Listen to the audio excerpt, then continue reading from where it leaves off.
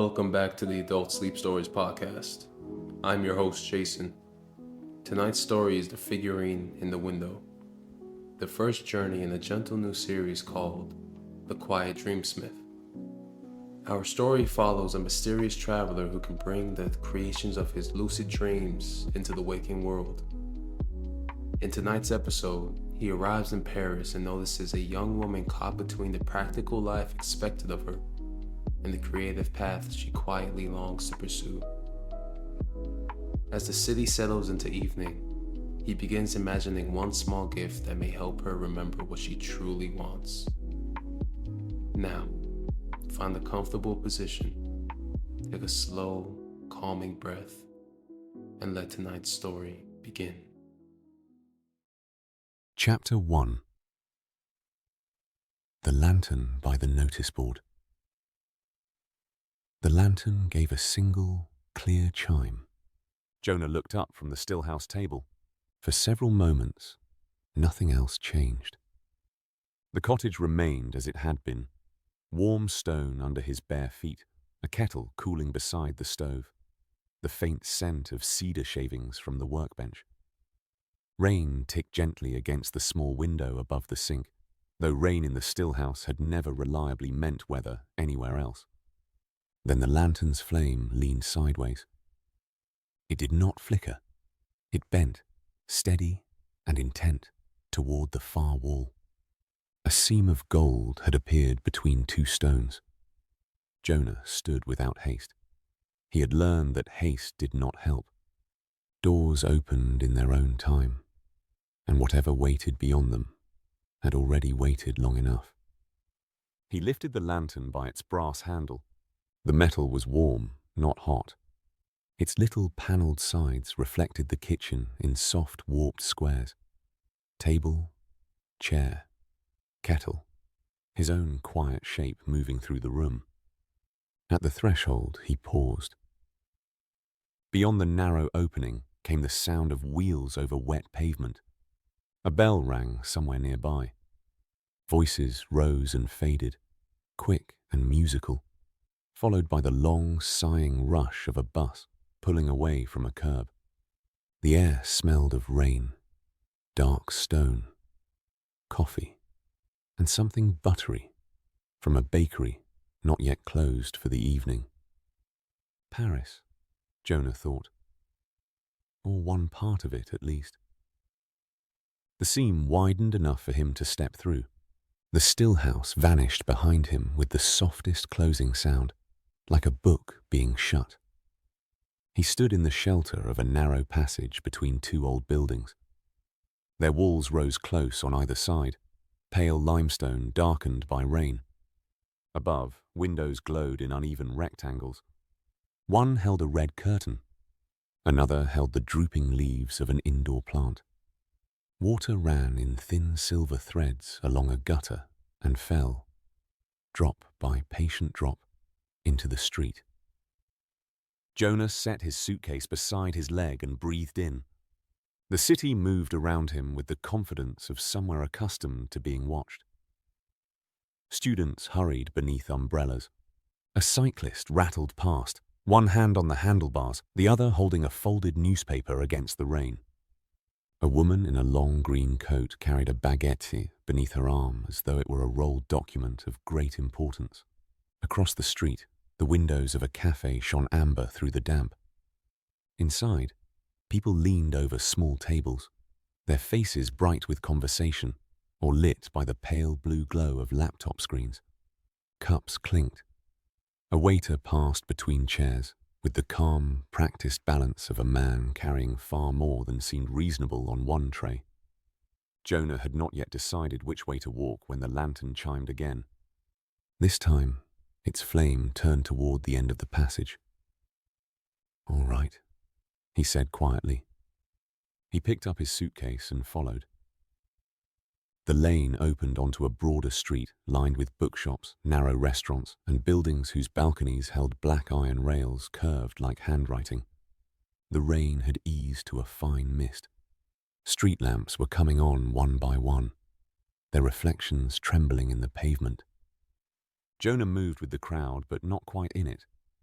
He was good at that. He had spent years learning how to belong briefly to a place without claiming more of it than he had earned. A group of students swept around him, laughing hard enough that one of them nearly walked into a bollard. Another caught his friend by the shoulder just in time. "Careful," the second student said. "I was careful. You were walking directly into iron." "That is not the same thing." Their laughter carried on behind Jonah. He found himself smiling. It had been a long time since he had been surprised by the particular urgency of student life, where every deadline appeared to be a small emergency, and every meal after 9 in the evening felt like a victory against the universe. The lantern led him uphill. Its flame remained modest, only a low, honey-colored glow behind the glass, but Jonah felt the pull beneath his ribs. It was not pain. It was more like the memory of a direction. He followed it past a row of second-hand books in a shop window, past a doorway where a grey cat sat beneath a blue awning, entirely dry and entirely unconcerned with the weather. At the top of the street, the lantern brightened. Jonah stopped.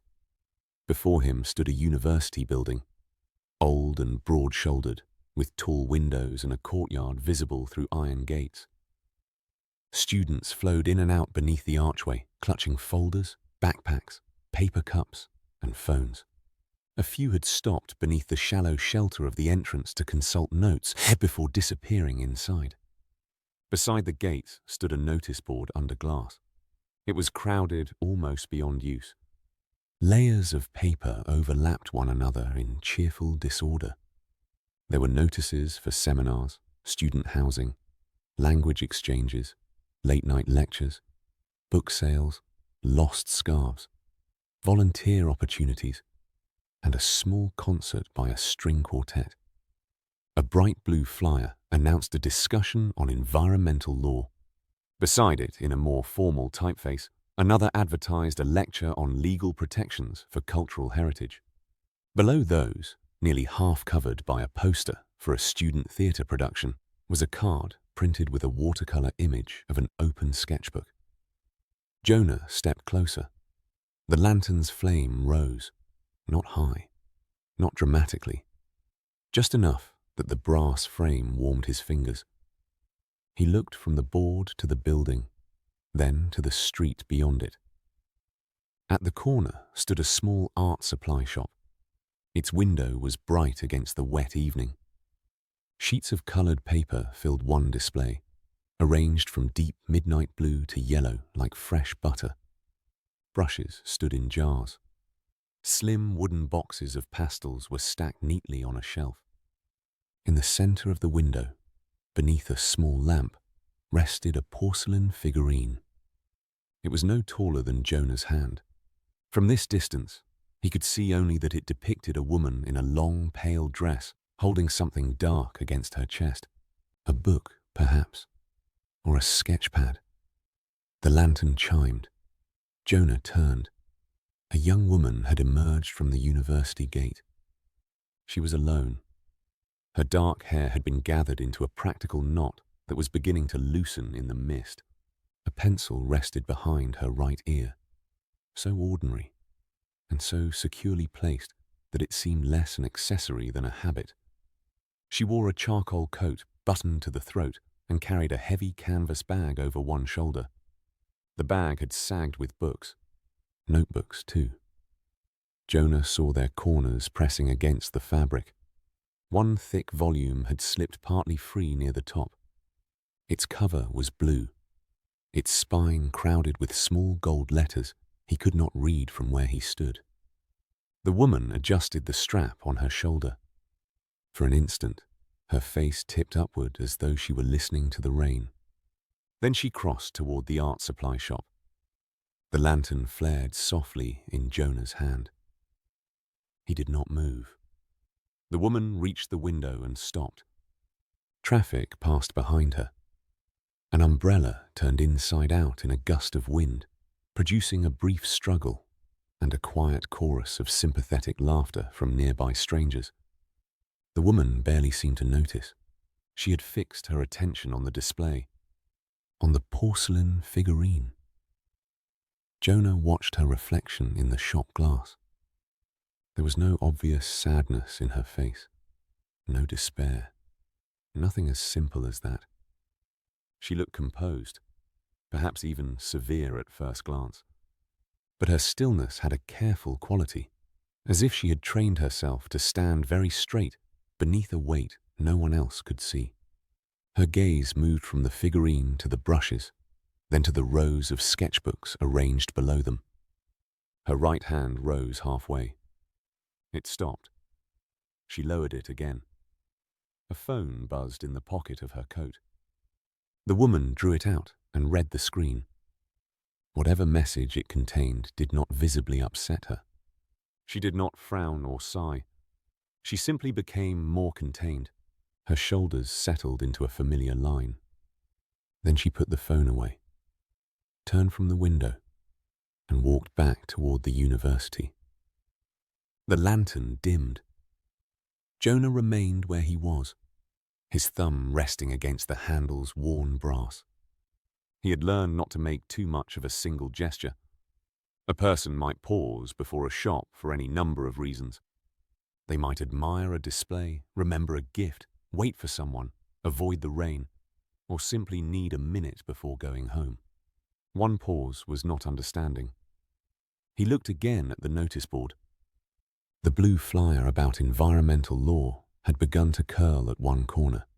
The card with the watercolor sketchbook had been pinned beneath a notice for a debate society. The poster about cultural heritage had been placed at eye level, though a coffee stain had spread across one side of its border. Law. Art. A woman with a pencil behind her ear. Possibility was not truth. Jonah knew the difference too well to pretend otherwise. The university bell sounded from somewhere inside the building. It was not a grand bell, only a modest electronic tone, but it sent a fresh current of students through the gates. Coats swayed. Umbrellas opened. Someone called a name across the street. The young woman appeared again. This time she had a folded sheet of paper in one hand. She moved quickly, perhaps late for something, and took the path along the notice board without looking at it. The lantern brightened. Jonah watched her cross the street. She did not stop at the art supply window now. She passed it with her eyes forward, though her pace changed by the smallest degree. A fraction slower. A hesitation so slight that he might have missed it if the lantern had not warmed in his hand. Then she was gone into the evening crowd. Jonah exhaled. "Well," he murmured. The lantern gave no answer. It rarely did. A sheet of rainwater slid from the edge of the notice board roof and landed on Jonah's shoulder. He stepped back beneath the overhang, more out of courtesy to his coat than discomfort. The coat had served him in wind, dust, cold train stations, and one unforgettable afternoon near a harbour where a gull had mistaken his collar for a source of food. It had earned better treatment than a Parisian drizzle. He took out his small notebook. The cover was dark green, softened at the corners. He did not write immediately. First, he watched the gate, the street, the art supply window, and the steady movement of people between them. Then he wrote, "University notice board, legal lectures, gallery notices, art materials across street, young woman, dark hair, pencil behind right ear, heavy bag of law books, likely student, stops at art supply window, does not enter."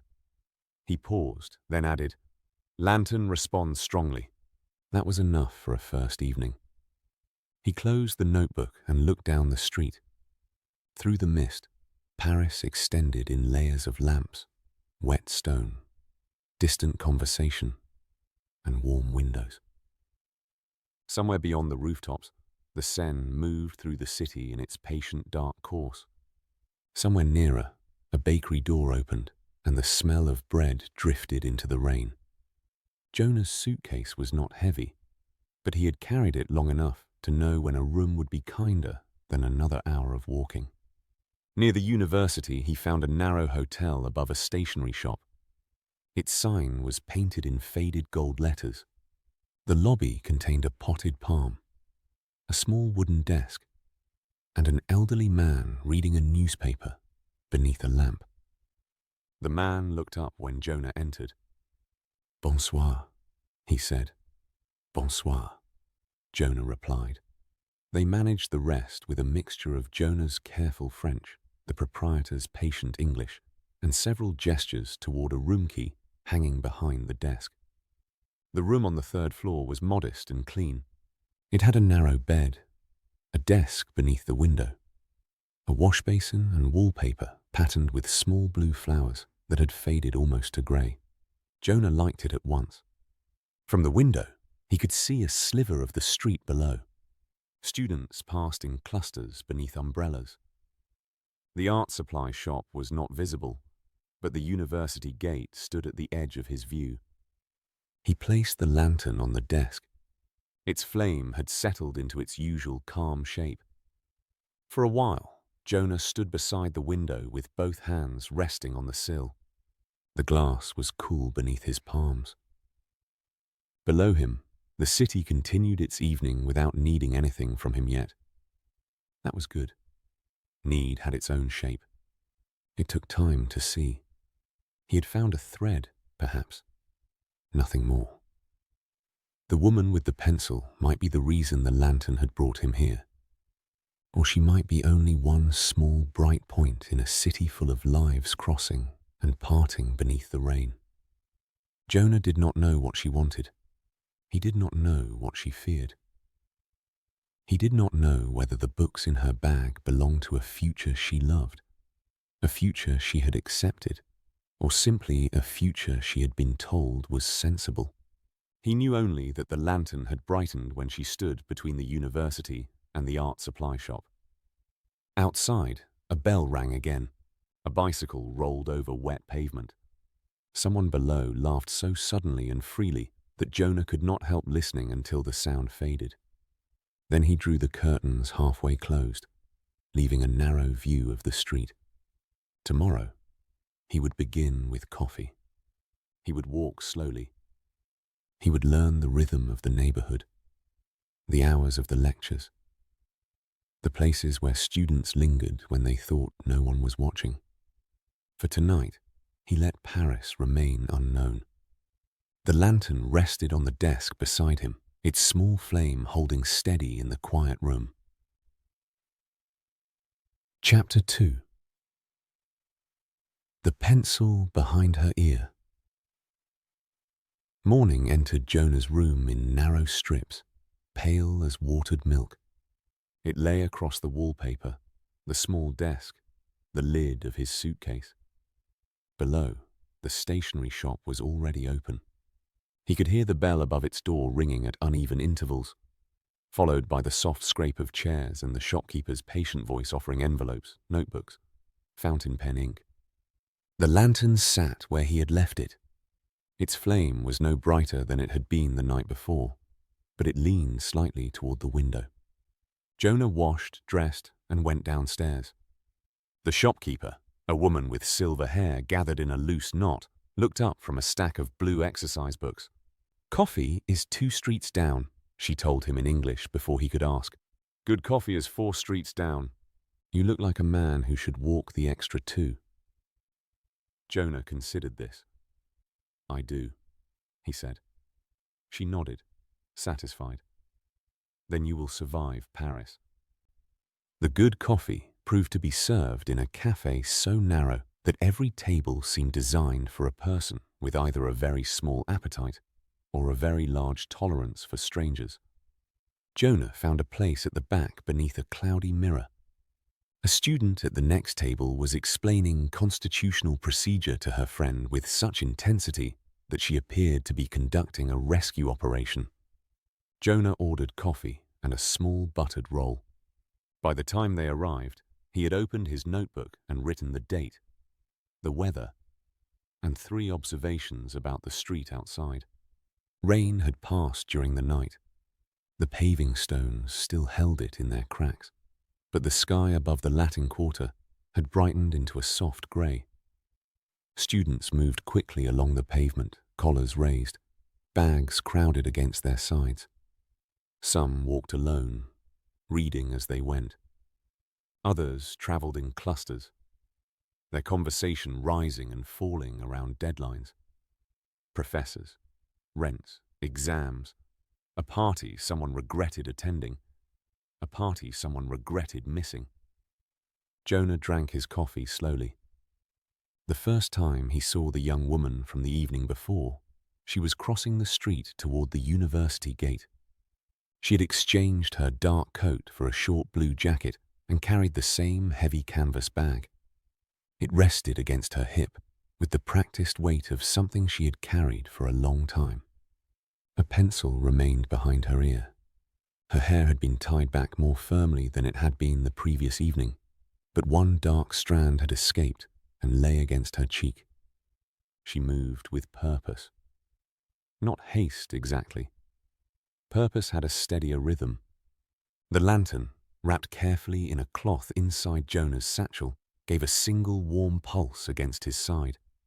He finished the last of his coffee, paid, and followed at a distance that allowed her to remain simply another person in the street. At the university gate, she paused beneath the notice board. The flyers had multiplied overnight. A lecture on international arbitration had been pinned over half a torn advertisement for a student film festival. A card announcing an exhibition of botanical drawings had slipped sideways beneath a notice about exam preparation. The woman studied the legal notices first. Her eyes moved quickly, narrowing once at a line of small print. Then, almost without changing expression, she looked lower. At the edge of the board was a cream-coloured card printed with a drawing of a stone facade and the words, "Student Sketch Walks. Saturday mornings. All levels welcome." Her hand rose. For one quiet second, Jonah thought she might take the card. Instead, she adjusted the strap of her canvas bag and walked through the gate. The card stirred in the faint breeze after she had gone. Jonah stood beneath the chestnut trees across the street and looked at it. He did not write anything down until she was out of sight. Then he opened his notebook. "Not a conclusion," he wrote. "A pattern beginning." He spent the morning learning the streets around the university. There was a bakery that sold round loaves dusted with flour and warm almond pastries. There was a narrow shop devoted entirely to maps, its window full of folded countries and faded blue seas. There were bookstalls nearer the river, though they would have to wait until later. There was, beside the university wall, the art supply shop with its windows crowded by jars of brushes, tubes of paint, folded papers, rulers, charcoal, small wooden mannequins with jointed limbs, and there, on a square of dark green velvet near the centre of the window, stood the porcelain figurine. It was no taller than Jonah's hand. A woman in a plain pale dress stood beneath a painted archway. She held a sketchbook against her chest. Her expression was simple enough that it could have suggested calm, sadness, thoughtfulness, or merely the limits of porcelain. Jonah watched students pass the window. Most did not see it. A man with an enormous portfolio stopped to inspect a set of drawing pens. Two schoolchildren pressed their noses to the glass and pointed at a tray of bright pastels. An older woman entered, purchased one sheet of heavy paper, and left with it protected from the damp beneath her coat. Near midday, the young woman returned. This time she came alone, walking from the direction of the law faculty with a paper cup in one hand and a sheaf of notes in the other. She slowed before the art supply window. The lantern warmed again. Jonah stood a little way off, pretending to consider the titles in a bookshop display. He had chosen a book on the architecture of Paris because it seemed appropriate. He held it upside down for nearly a minute before noticing. The woman had stopped in front of the porcelain figurine. She did not look through the whole window. Her attention went directly to the small woman beneath the arch. She stood very still, coffee cooling in her hand. Then her gaze lowered to the sketchbook in her other hand, the one filled with legal notes. Her thumb brushed the edge of the pages. She smiled, though only briefly. It was not a happy smile, Jonah thought, more like recognition arriving somewhere it was not expected. Then someone called from across the street. "Camille!" She turned. A tall young man in a red scarf waved from the university gate. He was balancing 3 folders under one arm and seemed to be losing an argument with a bicycle. Camille lifted her coffee cup in answer. Before she went to him, she looked once more at the figurine. Then she walked away. Jonah waited until she had crossed the road before closing the architecture book. "Camille," he wrote in his notebook. It was not much. A name was not an understanding, but names gave shape to silence. He followed the pair as far as a student cafe near the faculty buildings. Camille and the young man went inside. Jonah remained on the pavement, looking at the dark windows, considering whether the place was large enough to enter without becoming part of the furniture. It was not. But the morning had taught him that Paris did not always offer ideal arrangements. Sometimes it offered a crowded cafe, a hand-painted sign promising espresso, and the need to make oneself ordinary among people who had no reason to notice. He went in. The cafe was louder than it appeared from outside. Cups knocked against saucers. The small machine behind the counter hissed continuously, producing coffee at a speed that suggested it had personal grievances against the entire student population. Every table was occupied. Coats hung from chairbacks. Bags leaned against ankles.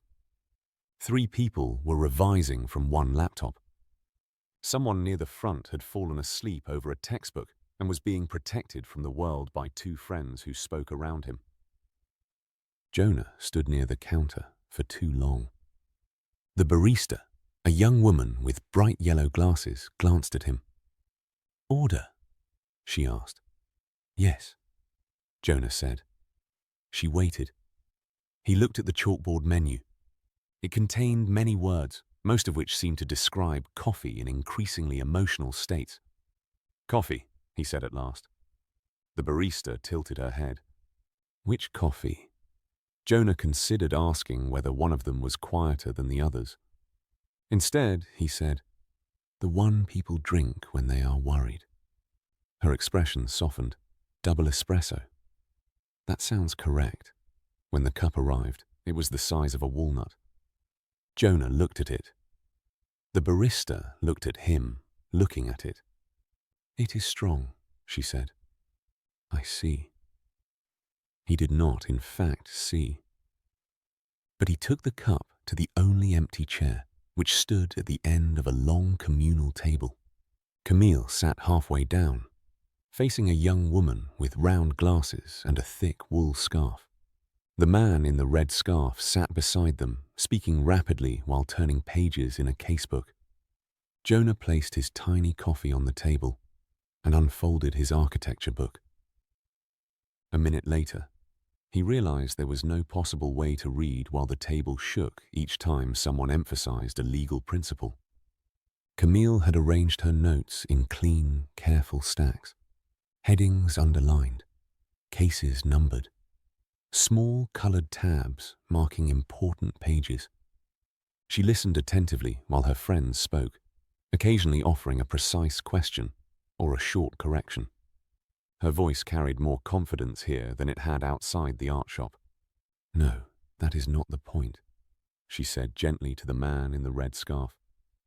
"The point is whether the protection applies before the work crosses the border." He stopped, frowned at his notes, then gave a small laugh. "You are right. I know," Camille said. And for the first time, Jonah heard amusement in her voice, Her friend with the round glasses leaned closer. "You should come with us Saturday. It is only a sketch walk." Camille's pencil stilled in her hand. Jonah looked down at his book. "It is during revision," Camille said. "It is 2 hours. 2 hours become 4 hours if one is tired afterward. That is not how hours work. It is how mine do." Her friend sighed with theatrical resignation. Camille Renaud, enemy of leisure. Camille's mouth curved, but she did not answer. She turned back to her notes. Then, while the young man argued once more about borders, she began to draw in the margin. It happened so naturally that Jonah doubted she knew she was doing it. Her pencil moved beside a paragraph of legal analysis. A line appeared. Then another. A narrow window. Stone blocks. The sloping edge of a roof. Within moments, the margin held the corner of an old building, rendered in light, sure strokes. The sketch was small, but it had depth. Jonah could almost feel rain collected in the carved ledges. Camille paused only when the barista called her name. She looked down. For a moment, she seemed surprised by the drawing. Then she closed the notebook over it.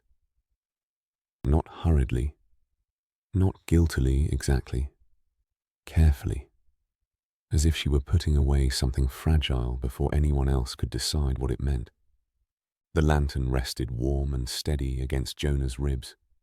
He did not mistake warmth for certainty.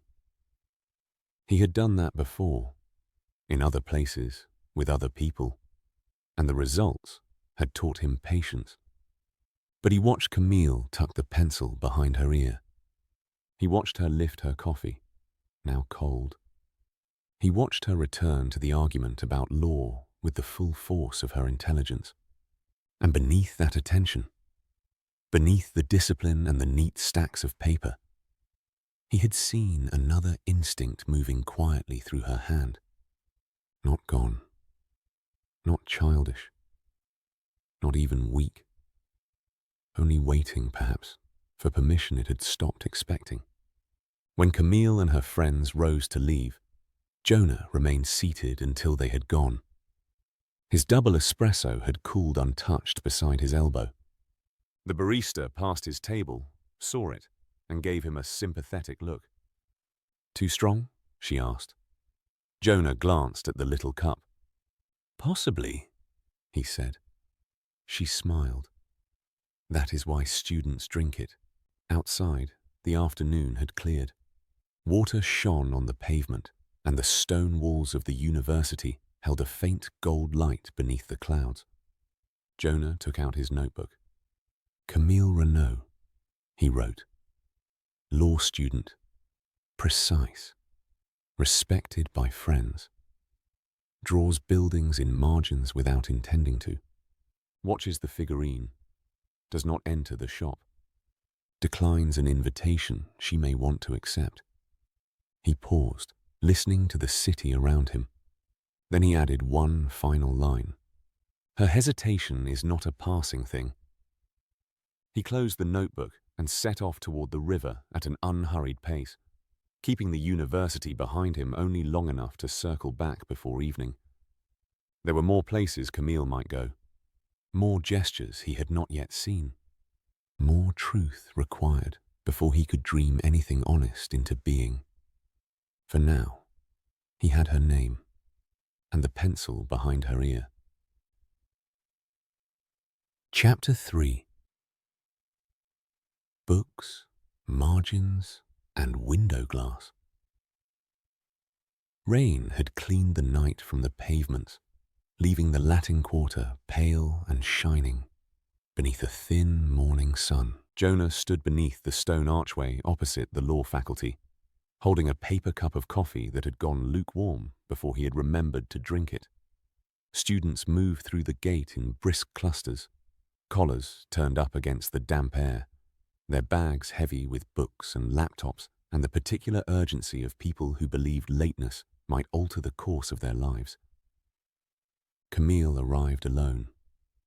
She wore a dark blue coat, buttoned neatly to the throat, and carried her canvas bag against her side.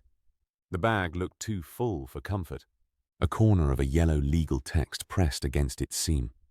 Her pencil was tucked behind her ear, as it had been yesterday, its paint worn down to bare wood near the sharpened end.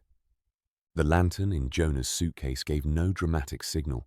It rested beneath folded shirts and his notebook, quiet as a sleeping animal. That was all right. He had learned not to expect answers from it in a hurry. Camille passed through the gate without looking toward the art supply shop. Yet Jonah noticed that her hand rose once, almost absently, to make sure the pencil was still in place. He waited until the flow of students had thinned, then crossed the street and followed at a distance. The seminar room was on the second floor of an older building with tall windows and a corridor that smelled of wet wool, chalk dust, and old paper. Jonah had no reason to enter a law lecture, but universities possessed a forgiving kind of confusion. A person who walked slowly, carried a notebook, and looked as though he belonged to an administrative department was often left alone. He chose a seat near the back, beside a radiator that clicked and sighed beneath the window. Camille sat halfway down the room. She had taken off her coat and folded it carefully over the back of her chair. Her books were arranged in a small, exact stack. She opened one notebook to a clean page, wrote the date in a narrow, deliberate hand, and listened. The professor was a woman with silver hair gathered in a loose knot and a voice that made difficult things sound possible if one approached them in the proper order. She spoke about cultural property, ownership, and the legal histories that clung to paintings, manuscripts, statues, and fragments carried far from where they had begun. Jonah did not understand every point. He caught phrases as they passed: restitution, provenance, duty of care, the right to return. Camille's hand moved steadily over the page. When the professor asked a question about whether an object's legal ownership could ever be separated from its cultural life, several students looked down at their notes. Camille did not raise her hand immediately. She waited, eyes fixed on the line she had just written. Then she spoke. "The law has to establish responsibility," Camille said. Her voice was quiet, but it reached the front of the room without strain. But responsibility is not the same as possession. If an object carries a history beyond the person holding it, the law should be able to recognize that history without pretending it is simple. The professor watched her for a moment. "And how would you ask it to recognize that?" she said. Camille glanced toward the tall windows. Beyond them, rainwater shivered on the slate roofs. "By treating repair as more than restoration of value," she said. "Sometimes repair means admitting what was broken, or moved, or taken apart." A small silence settled over the room. The professor smiled, not broadly, but with clear approval. "Precisely, Mademoiselle Renaud." Camille lowered her gaze at once and wrote something down. Jonah saw the tension leave her shoulders by degrees. It did not disappear. It simply changed shape, as if she had set down a weight only to keep one hand resting on it. She was good at this, he thought. Not merely diligent, not merely prepared. She could look at a complicated thing and find its careful center. The thought brought him an unexpected unease. For years, Jonah had watched people stand at the edge of talents they had learned to distrust. Often the distrust came from failure, sometimes from grief, sometimes from the plain exhaustion of surviving long enough to forget what had once brought joy. Camille's trouble did not seem to be that she lacked ability in the life she had chosen. It seemed, rather, that she had decided ability was a kind of contract. If she was good at one thing, perhaps she believed she owed that thing all of herself. The seminar continued. Jonah watched her take notes in clean blocks of writing, each heading underlined once. Yet along the outside edge of her page, where the professor moved into a discussion of case law, a line appeared beneath Camille's pencil. It curved upward. Then another line met it. By the time she realized what she was doing, a small arch had formed in the margin. A narrow Parisian doorway, its stones shaded with quick, precise strokes. A window sat above it. Ivy climbed one side. Camille stopped. Her pencil hovered. She looked at the drawing as though someone else had placed it there. Then, with the side of her thumb, she rubbed lightly over the leaves until they blurred into grey dust. Jonah's fingers tightened around his notebook. The room emptied at noon. Students gathered their bags with the relieved clatter of people released from concentrated thought. Camille stacked her books, slipped her coat on, and paused beside the professor's desk. Jonah remained seated, pretending to make notes of his own. "Camille," the professor said, looking up from a folder, "have you considered the heritage law placement next term?" Camille shifted the weight of her bag. "I saw the notice. You should apply. It is competitive. That is not the same as impossible." Camille gave a small, careful smile. "No, Professor." The professor closed the folder. "You have the discipline for it. And more importantly, you have the habit of seeing the human shape inside the technical question. Do not underestimate that." For a moment, Camille's expression softened. It made her seem younger, though not less composed. Then she nodded. "Thank you." Outside, the sky had cleared. A weak band of sunlight lay across the university steps, warming the wet stone. Jonah followed Camille through streets where delivery bicycles rattled past cafes and waiters lifted chairs down from tabletops. She did not go toward the art supply shop this time. She turned downhill toward the river. The Seine carried the color of old pewter beneath the afternoon clouds. Along its edge, the green bookstalls stood open, their lids raised like small roofs.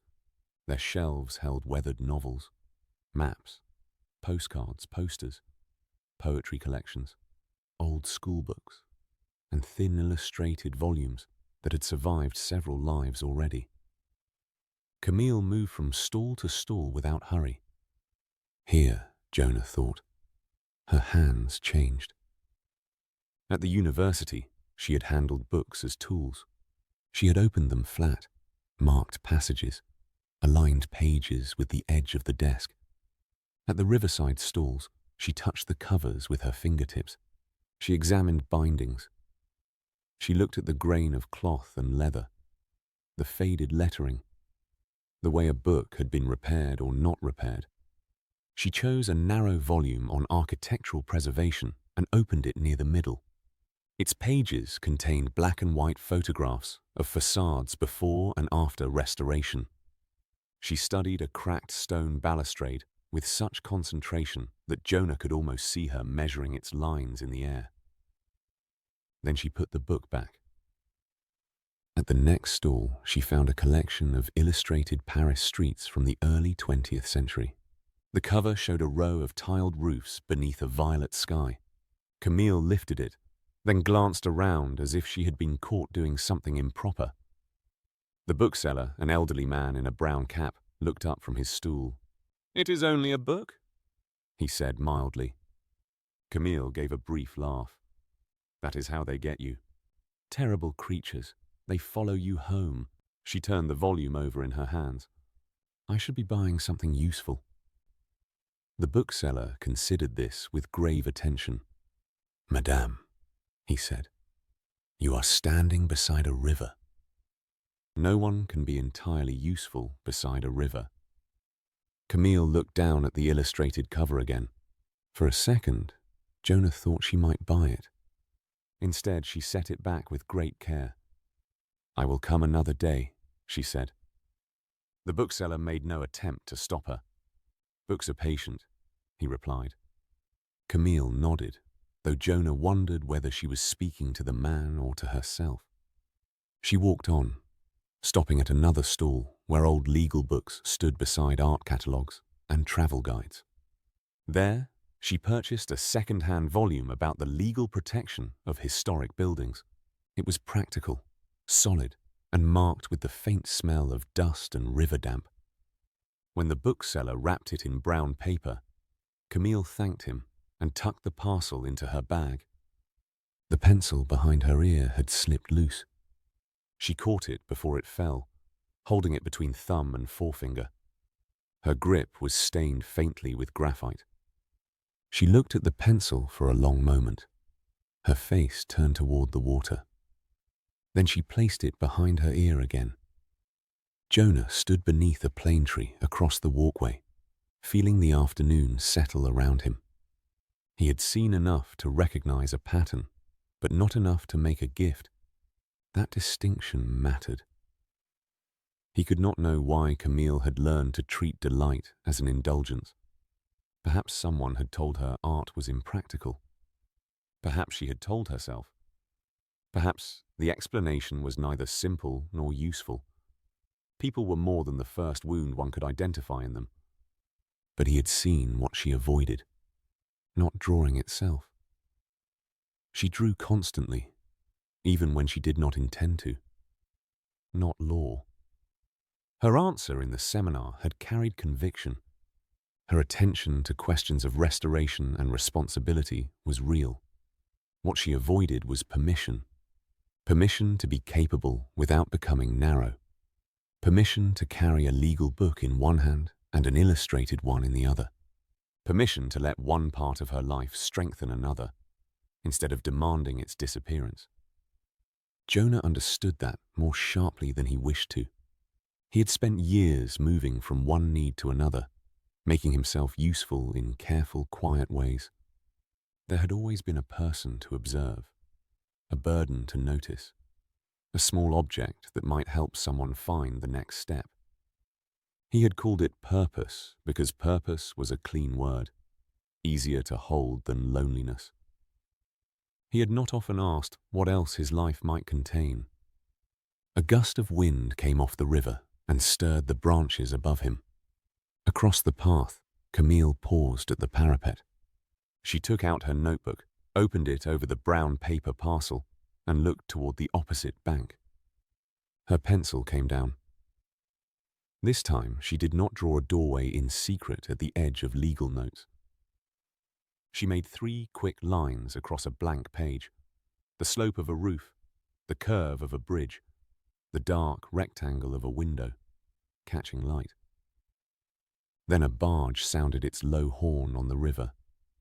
Camille closed the notebook at once. Still, Jonah had seen. He watched her walk away along the quay, her coat moving softly around her knees, her bag full of books knocking lightly against her side. Only after she had disappeared into the crowd did he take out his own notebook. He wrote her name. Then beneath it he wrote, "She is not trying to choose a future. She is trying to make herself smaller enough to fit inside one." He considered the sentence, then added another. "Do not mistake recognition for understanding." The lantern remained quiet in his suitcase. Jonah closed the notebook and stood for a while beside the river, listening to the water move under the bridges. He would keep watching. Not because Camille needed to be persuaded into a different life. Because somewhere inside the life she already had, there might be room for her to breathe. Chapter 4. The art supply shop at closing. The art supply shop had a bell above its door that rang with surprising authority. Jonah discovered this when he entered shortly after 4 in the afternoon and set off a bright little clatter that made the woman behind the counter look up from a ledger. "Bonjour," she said. "Bonjour," Jonah answered. He had no reason to be there that would survive much examination. His suitcase did not contain an easel. His hotel room did not contain a half-finished canvas. He did not have paint beneath his fingernails, though there was a faint old stain of blue-grey ink beside the thumb of his left hand from the notebook he carried everywhere. Still, the shop offered him an honest enough pretext. He needed paper. Everyone needed paper eventually. The woman behind the counter seemed to agree. She nodded toward the narrow aisles, then returned to her ledger with the calm indifference of someone who had seen every kind of customer. Serious painters, hurried students, parents seeking a last-minute school project, and tourists who wished to carry home the feeling of Paris in a packet of expensive, coloured pencils. Jonah moved slowly through the shop. The front window held the porcelain figurine Camille had studied so often.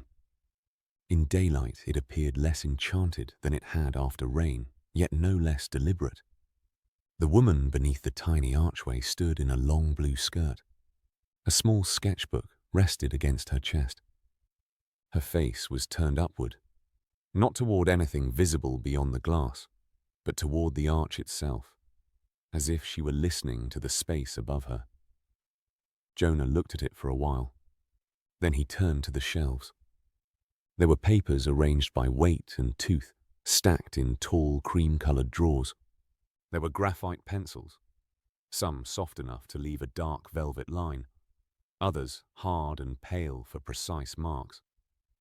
Jars of brushes stood bristle up in wooden cups. Small knives for trimming paper lay in a locked glass case beside metal rulers and compasses. The pigments occupied an entire wall in neat rows of tubes and pans: ochre, sienna, ultramarine, viridian, rose madder, lamp black. The shop smelled faintly of wood, dust, glue, and the mineral scent of paint. It was not unlike his mother's workroom. That thought arrived so quietly that Jonah almost missed it. For a moment he saw only Amara's hands, not her face. Her fingers had been long and narrow, the nails always clean, even when paste and paper dust had gathered on the sleeves of her dress. She had taught him to smooth a page from the center outward, never pressing a wrinkle toward the edge too quickly. Paper remembers impatience, she had said once. He could not recall whether she had smiled when she said it. The memory had no room around it yet. Only the hands, the table, a shallow bowl of water catching afternoon light. Jonah rested his fingertips on the edge of a drawer labelled for heavy drawing paper. The counterwoman looked up again. "You draw?" she asked in English, perhaps hearing the hesitation in his silence. "Not very well." "That is not the same as no." Jonah considered this. "No," he said at last. "It is not." Her mouth softened at one corner. She returned to her ledger. He selected a small pad of paper, plain and sturdy, and a pencil with a cedar casing.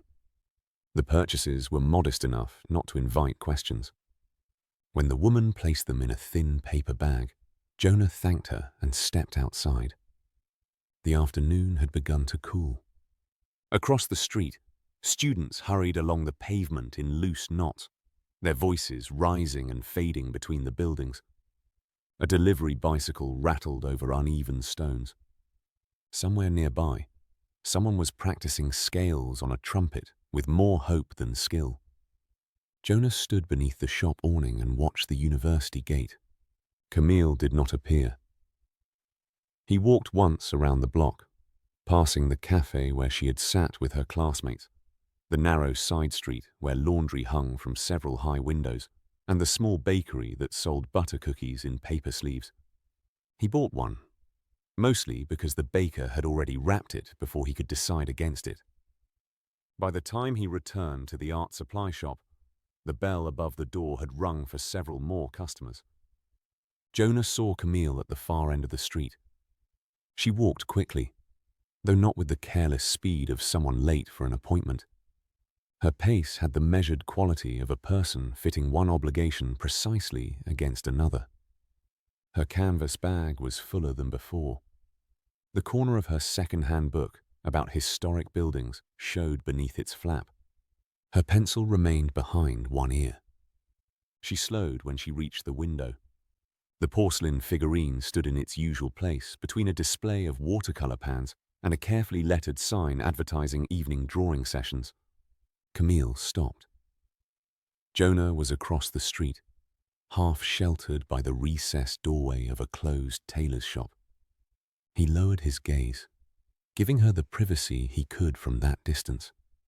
He watched her reflection in the glass more than her face. She looked at the figurine, then at the sign, then beyond both, into the orderly depths of the shop.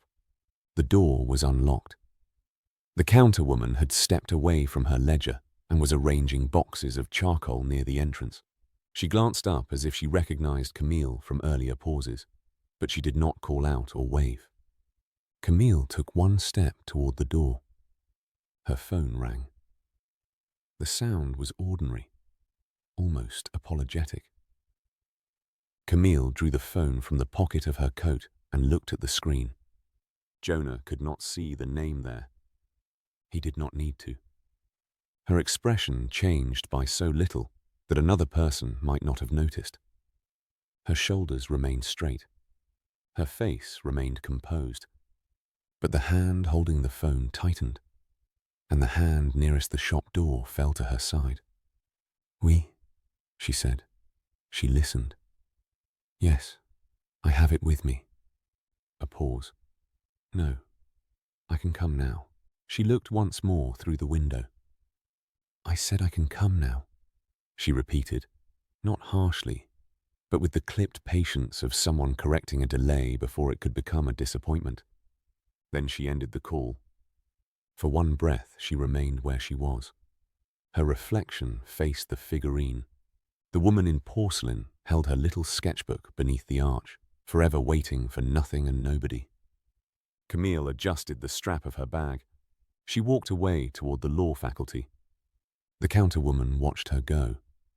Then, with a small sigh that seemed intended for no one in particular, she turned the sign in the window from open to closed.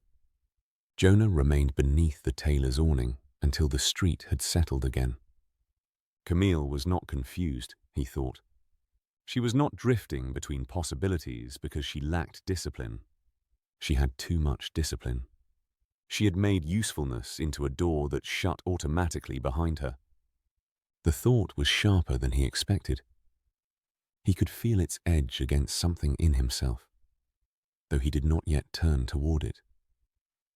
Instead, he crossed the street and entered the shop once more. The bell gave its tidy command. The counterwoman glanced at the clock on the wall. "You are lucky. 5 minutes. I only wanted to ask about the paper," Jonah said, lifting the small bag. "Ah." Her eyes moved to the pad inside. "Good paper. It seems so. It is good for pencil, ink, wash, not too proud of itself." Jonah looked at her. She shrugged. "Some paper wants to become a painting before you have touched it. This one is more patient." He nodded, though the words stayed with him. Behind her, the shelves of paints glowed softly under the ceiling lamps. Everything in the shop had been made for a hand to return to it. A brush could wait in its cup. A pencil could wait in its box. Paper could lie flat and clean for years, asking nothing until someone was ready. But waiting was not the same as being unwanted. "Do you know the woman in the window?" Jonah asked, making the question sound casual. "The figurine?" "Yes. She has been there since my aunt owned the shop." The woman closed a drawer with a soft wooden click. "My aunt said she was made by a ceramicist who could never decide whether she was an artist or a teacher." "And what did she decide?" The counterwoman gave him a look of gentle impatience. "Both, apparently." Jonah almost smiled. Outside, the evening had deepened while he stood inside. The street lamps had begun to bloom one by one, their light catching in puddles left from the previous day's rain. He returned to his hotel only long enough to leave the paper and pencil on the desk beside his notebook. The lantern remained in his suitcase. It had been quiet since the river. Jonah did not take it with him when he went out again. The choice was not deliberate at first. He simply left with his coat buttoned and his hands empty, following the direction in which he had seen Camille disappear. The university district was thinning now. Lecture rooms emptied in bursts. Students crossed the courtyards with tired voices and loose scarves. A professor cycled past with a sheaf of papers tucked under one arm. Somewhere a window closed above him, and the sound echoed between the stone walls. Jonah saw Camille near a narrow residential street several blocks from the faculty. He did not follow close. He had no wish to turn his attention into something invasive. But the street offered few turns, and she moved ahead of him with the same brisk, contained purpose she had shown leaving the shop. She entered a small apartment building with a blue-painted door. Jonah continued past it. At the corner, he stopped beside a public fountain where the water ran in a thin silver thread from a lion's mouth. He pretended to study a map posted nearby. In truth, he was deciding whether to leave. Then from above came the scrape of a window being raised. Jonah looked up by instinct. On the second floor, one of the windows stood open over a narrow inner courtyard. A curtain shifted in the evening air. He caught only a brief arrangement of ordinary things. The foot of a bed, a wooden chair, the edge of a lamp, a coat draped over its back. Camille crossed the room beyond the window. She set her canvas bag on the chair. Her movements had changed now that she was alone. Not relaxed exactly, more careful. She removed the pencil from behind her ear and placed it on the desk. Then she crouched beside the bed. The lantern, inside Jonah's suitcase several streets away, warmed. He felt it as a faint answering heat beneath his ribs. Camille reached beneath the bed and drew out a flat portfolio wrapped in faded brown paper. Only one edge came fully into view before the curtain moved again. It was enough. The portfolio was worn at the corners. Its string tie had been repaired with a strip of blue ribbon. It had not been forgotten there. It had been kept. Camille held it in both hands. For a moment she did nothing. Then her phone lit up on the desk. Even from the courtyard, Jonah saw the pale flash against the dim room. Camille looked toward it. The portfolio remained balanced on her knees. The phone began to ring. Her eyes closed briefly. Not in anger, not in grief, in preparation.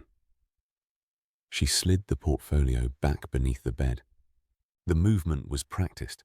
She answered the call before the second ring had finished. Jonah lowered his gaze at once and stepped away from the fountain. He walked back toward the main street without hurrying. Behind him, the window remained open.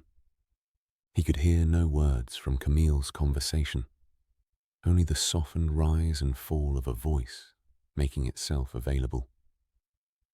The city carried him onward, bicycle tires whispering over wet stone, plates being stacked in a restaurant kitchen, a child laughing somewhere above the traffic. At the corner by the art supply shop, the lights had gone out behind the window. The porcelain figurine was still visible in the dark.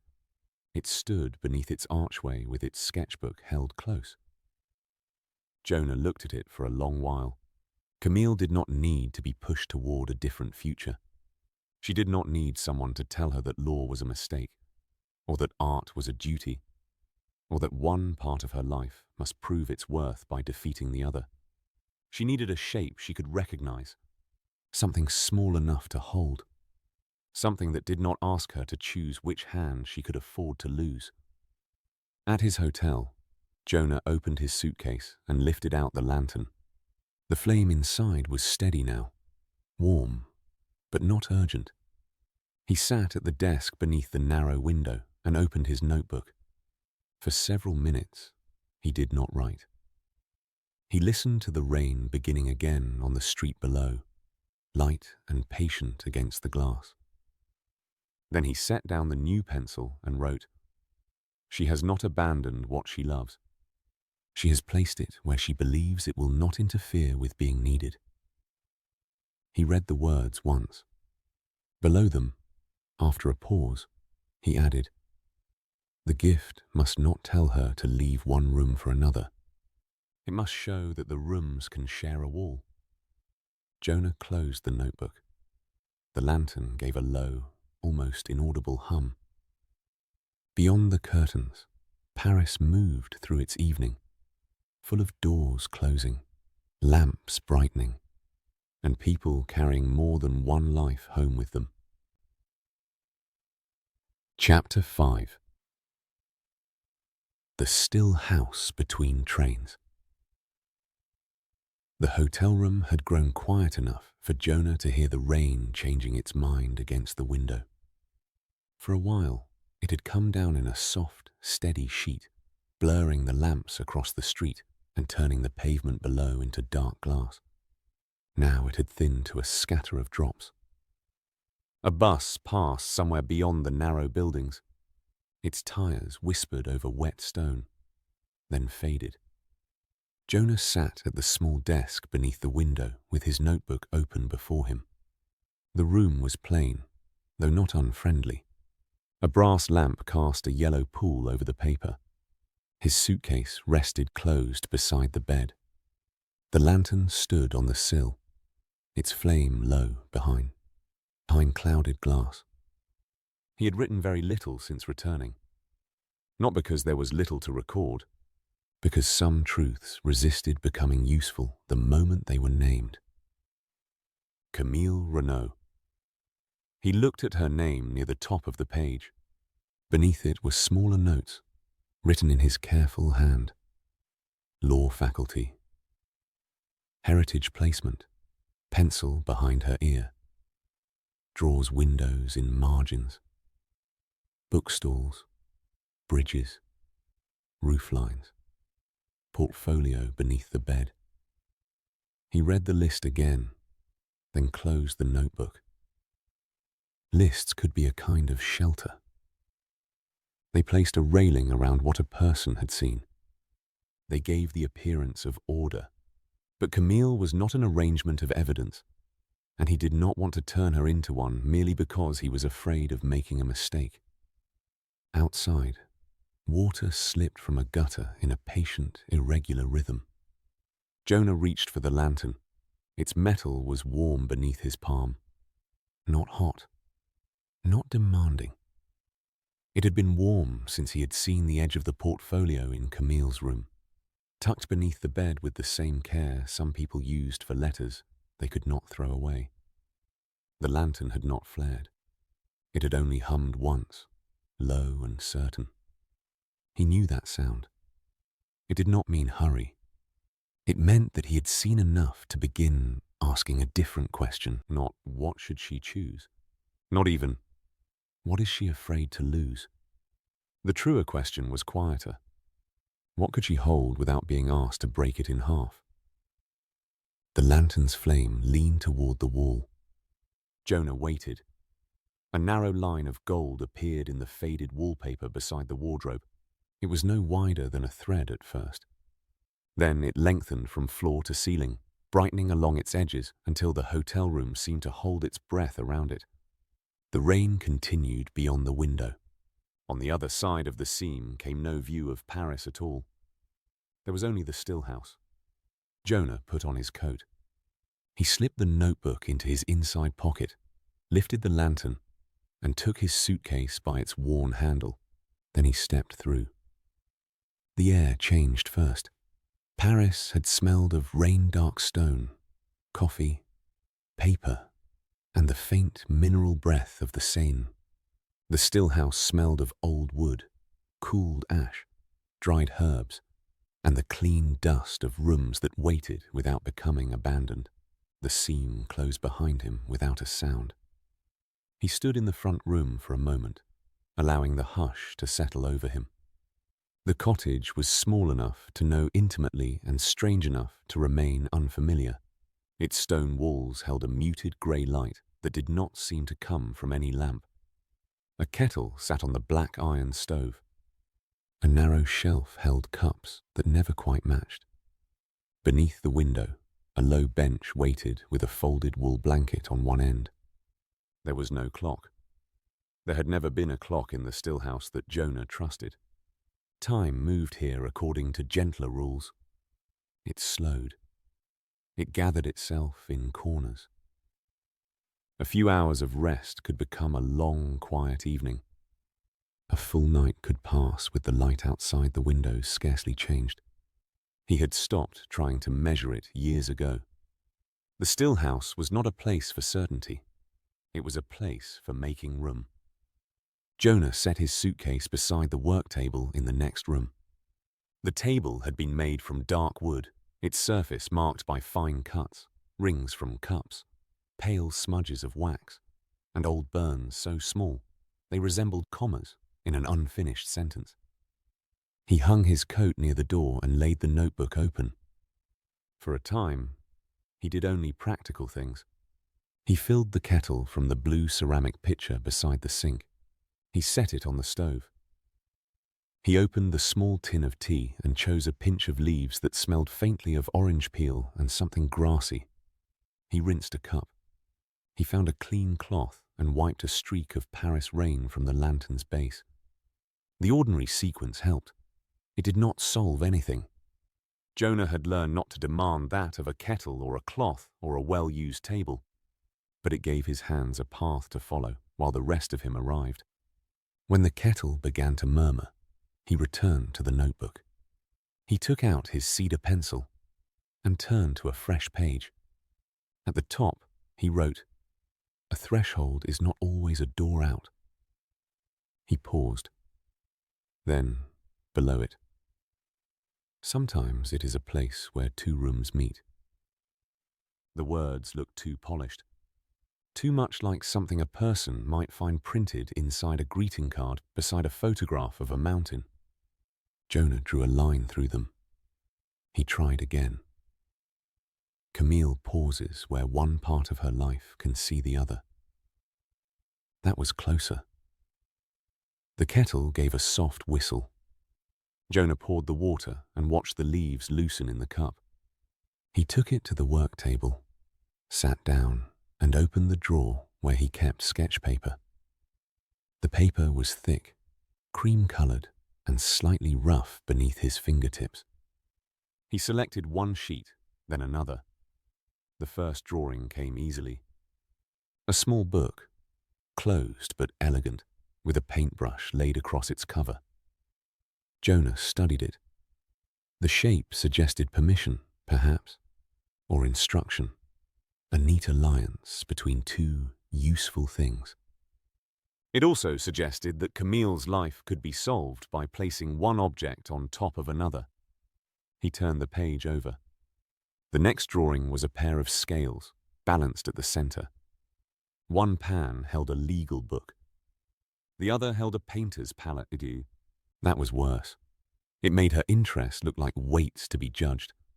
It made balance into a contest, as though a life were successful only when nothing pulled harder than anything else. Jonah set the pencil down. The lantern sat nearby, its flame calm. It gave him no answer. It never did. He remembered Camille in the seminar room, speaking with quiet authority about preservation. He remembered the certainty in her face when she spoke of damaged buildings, disputed objects, history held in the wrong hands. Then he remembered her at the river, fingers resting on the cover of an illustrated book she had not bought. The difference was not between confidence and weakness. It was between what she believed she had earned the right to care about and what she had taught herself to dismiss. Jonah looked toward the window. Outside, there was no landscape he recognized.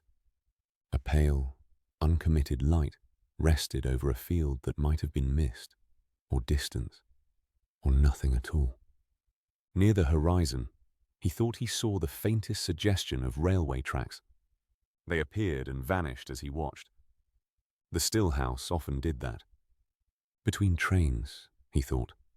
not traveling, not arriving, simply waiting in the space where movement became possible. He returned to the table and began another sketch. This time he drew an arch. At first it was only a curve of stone, simple and plain.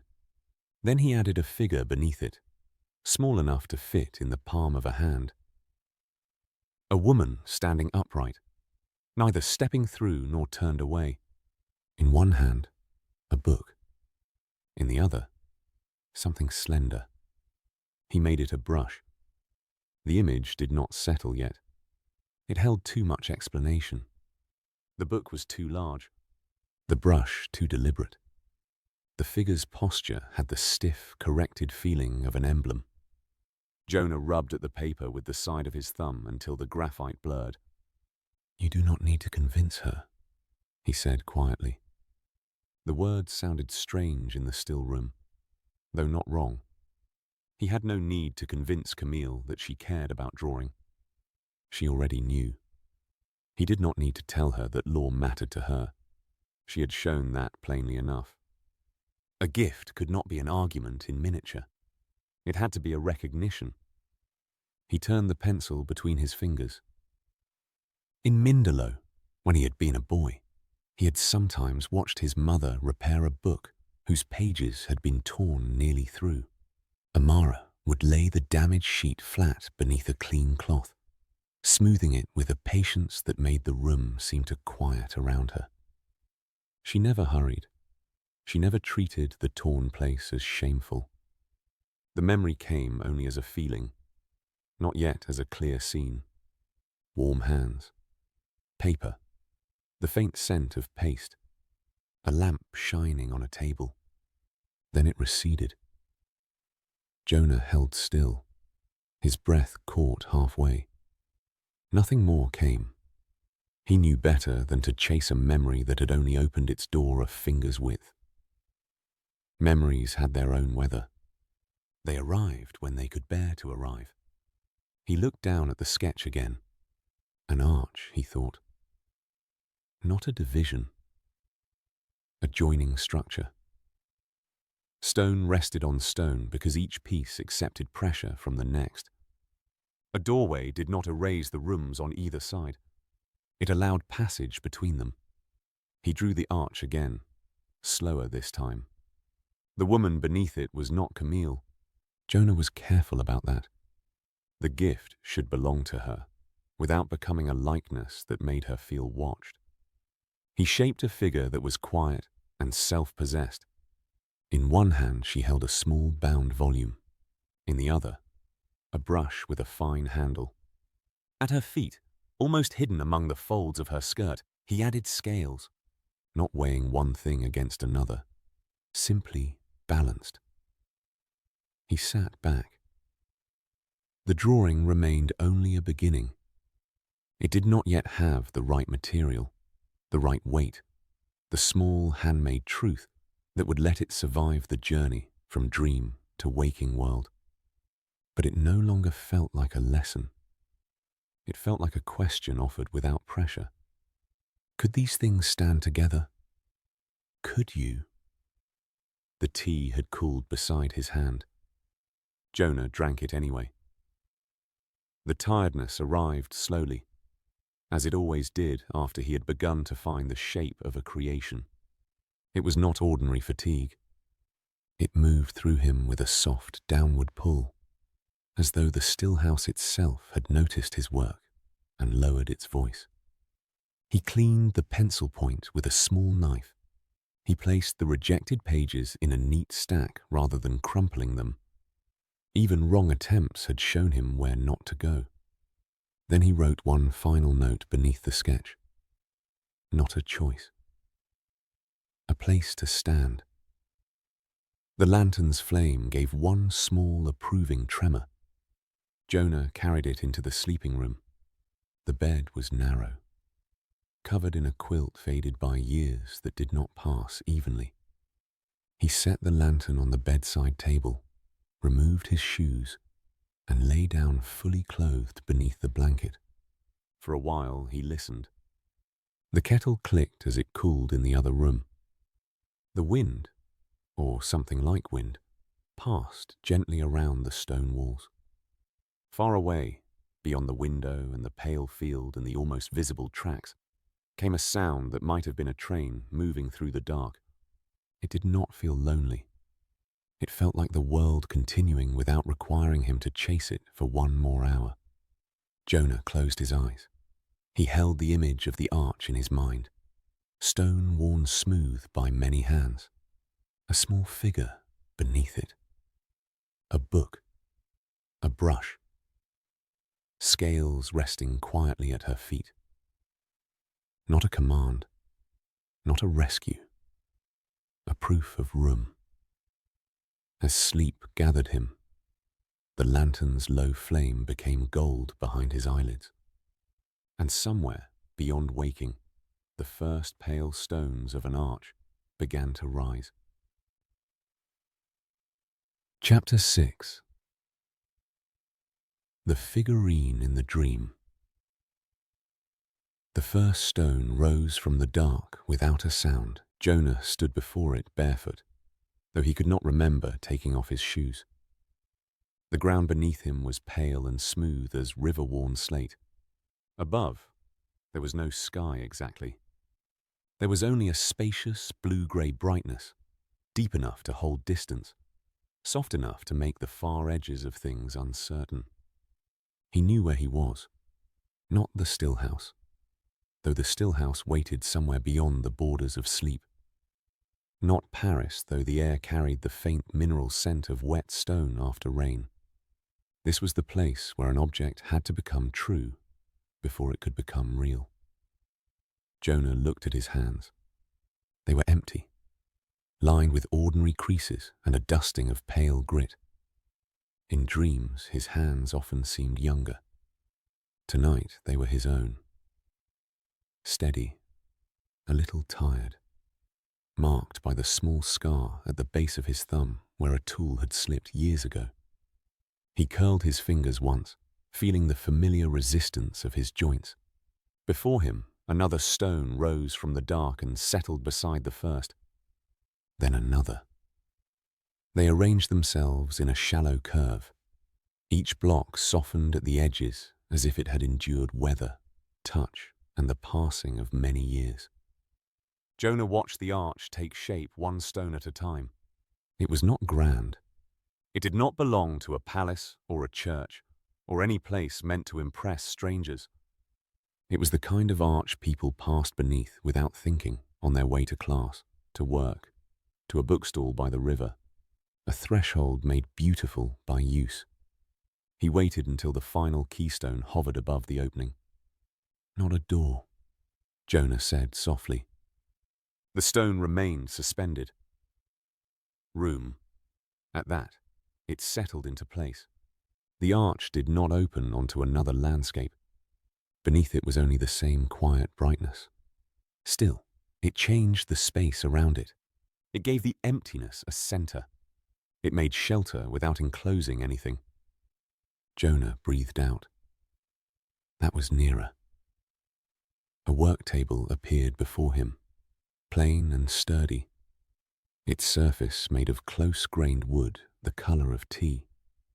On it lay a small square of clay, warm grey beneath his palm. Beside it sat a shallow bowl of water, a narrow carving blade, a soft cloth, and a brush with a worn wooden handle. The tools had no names here. They did not need them. He knew what each would do when he asked it. He rested both hands around the clay. At first, he did not shape it. He let the impressions gather. Camille, standing in the law faculty seminar room, her voice level as she spoke of responsibility, the firm way she had held her book at the riverside stall, the pencil behind her ear, her fingers loosening when they found a page of windows and roof lines, the hesitation outside the art supply shop, so brief that another person might have mistaken it for nothing. And beneath those details, the deeper pattern, not indecision, not a lack of courage. A woman who had learned to call part of herself unnecessary because she feared needing too much room. The clay warmed. Jonah began. He pressed the base into a small oval, no wider than his palm. He formed a pair of feet, close together, but not timidly placed.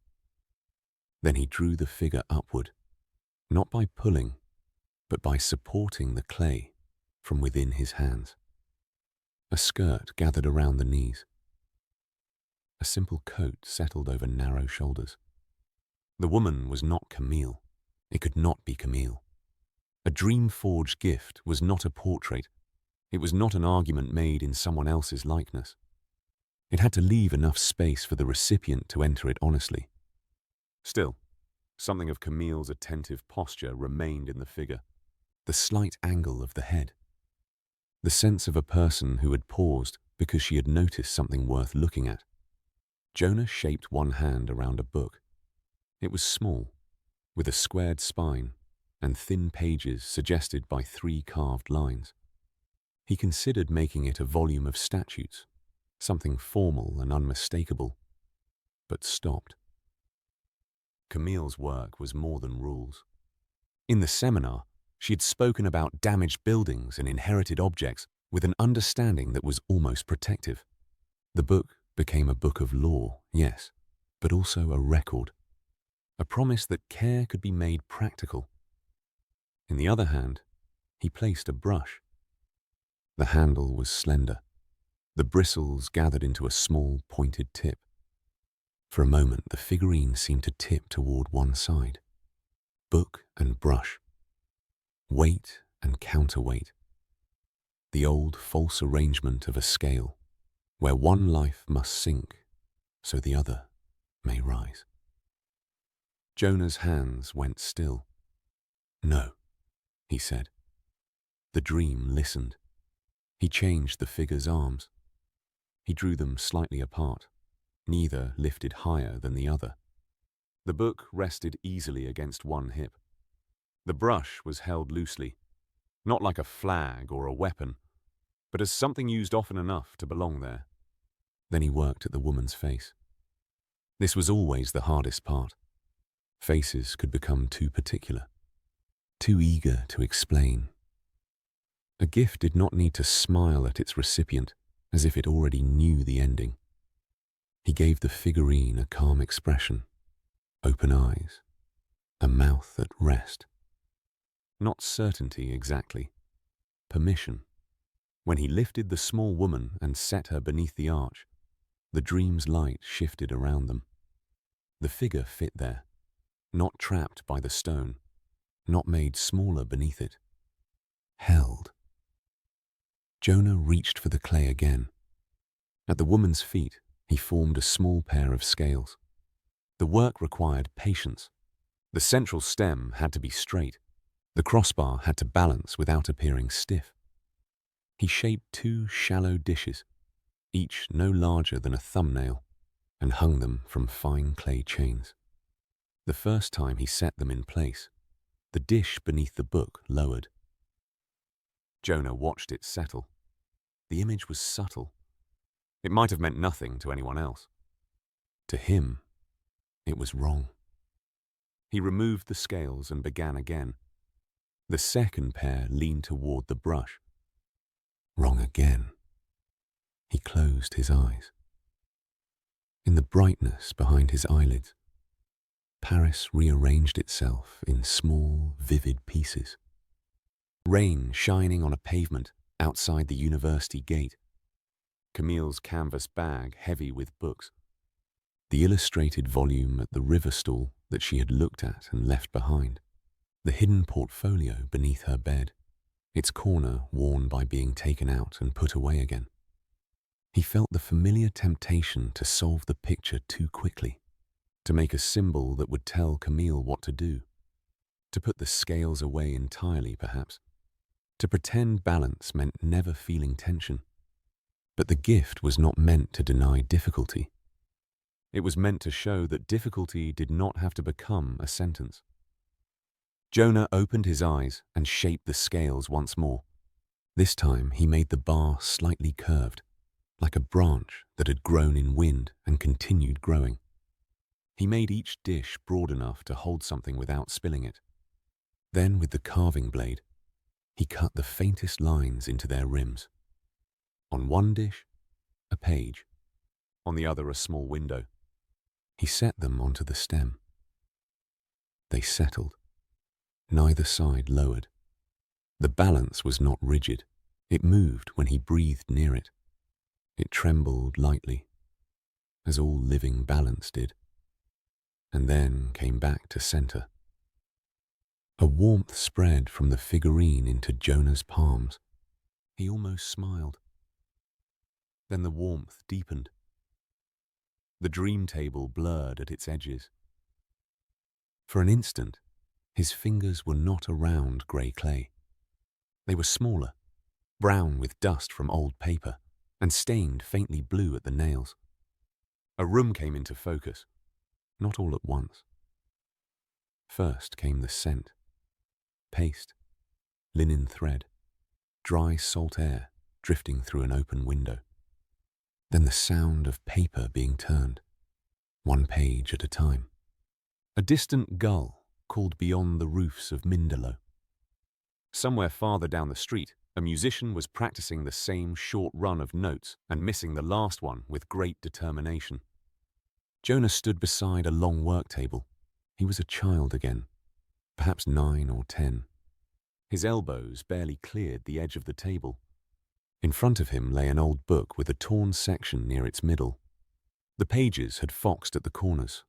Its leather cover was scuffed and softened by years of hands. Amara sat across from him.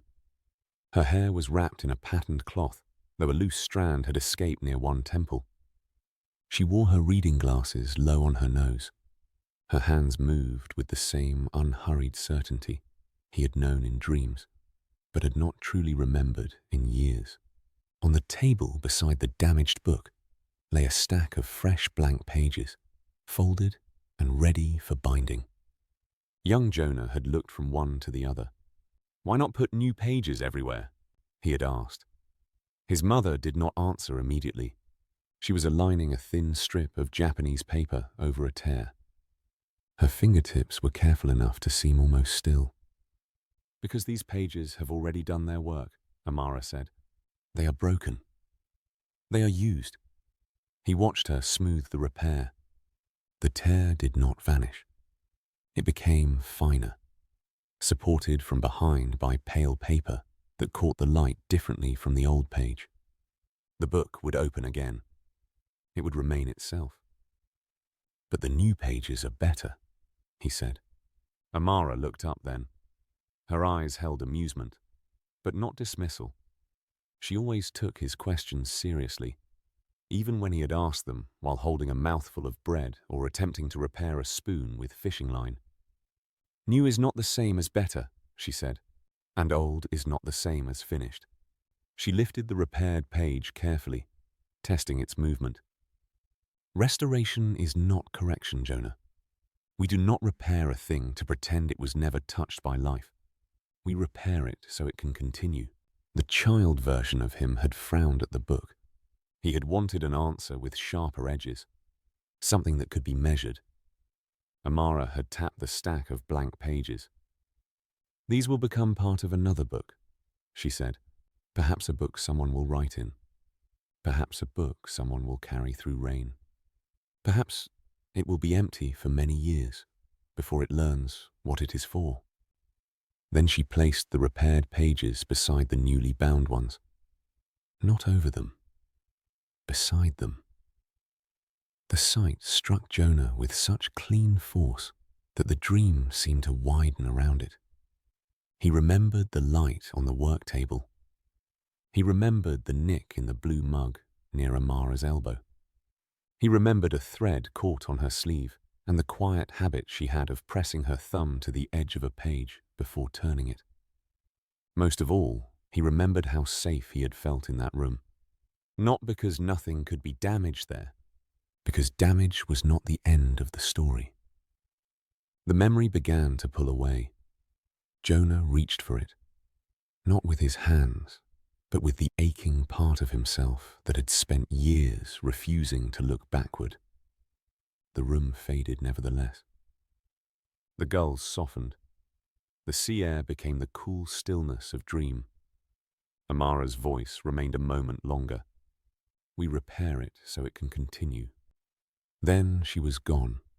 Jonah stood alone beneath the arch. The figurine rested on the table before him. For a while, he could not touch it. The cost of making it move through him slowly. His arms felt heavy, as if he had carried water uphill for a long distance.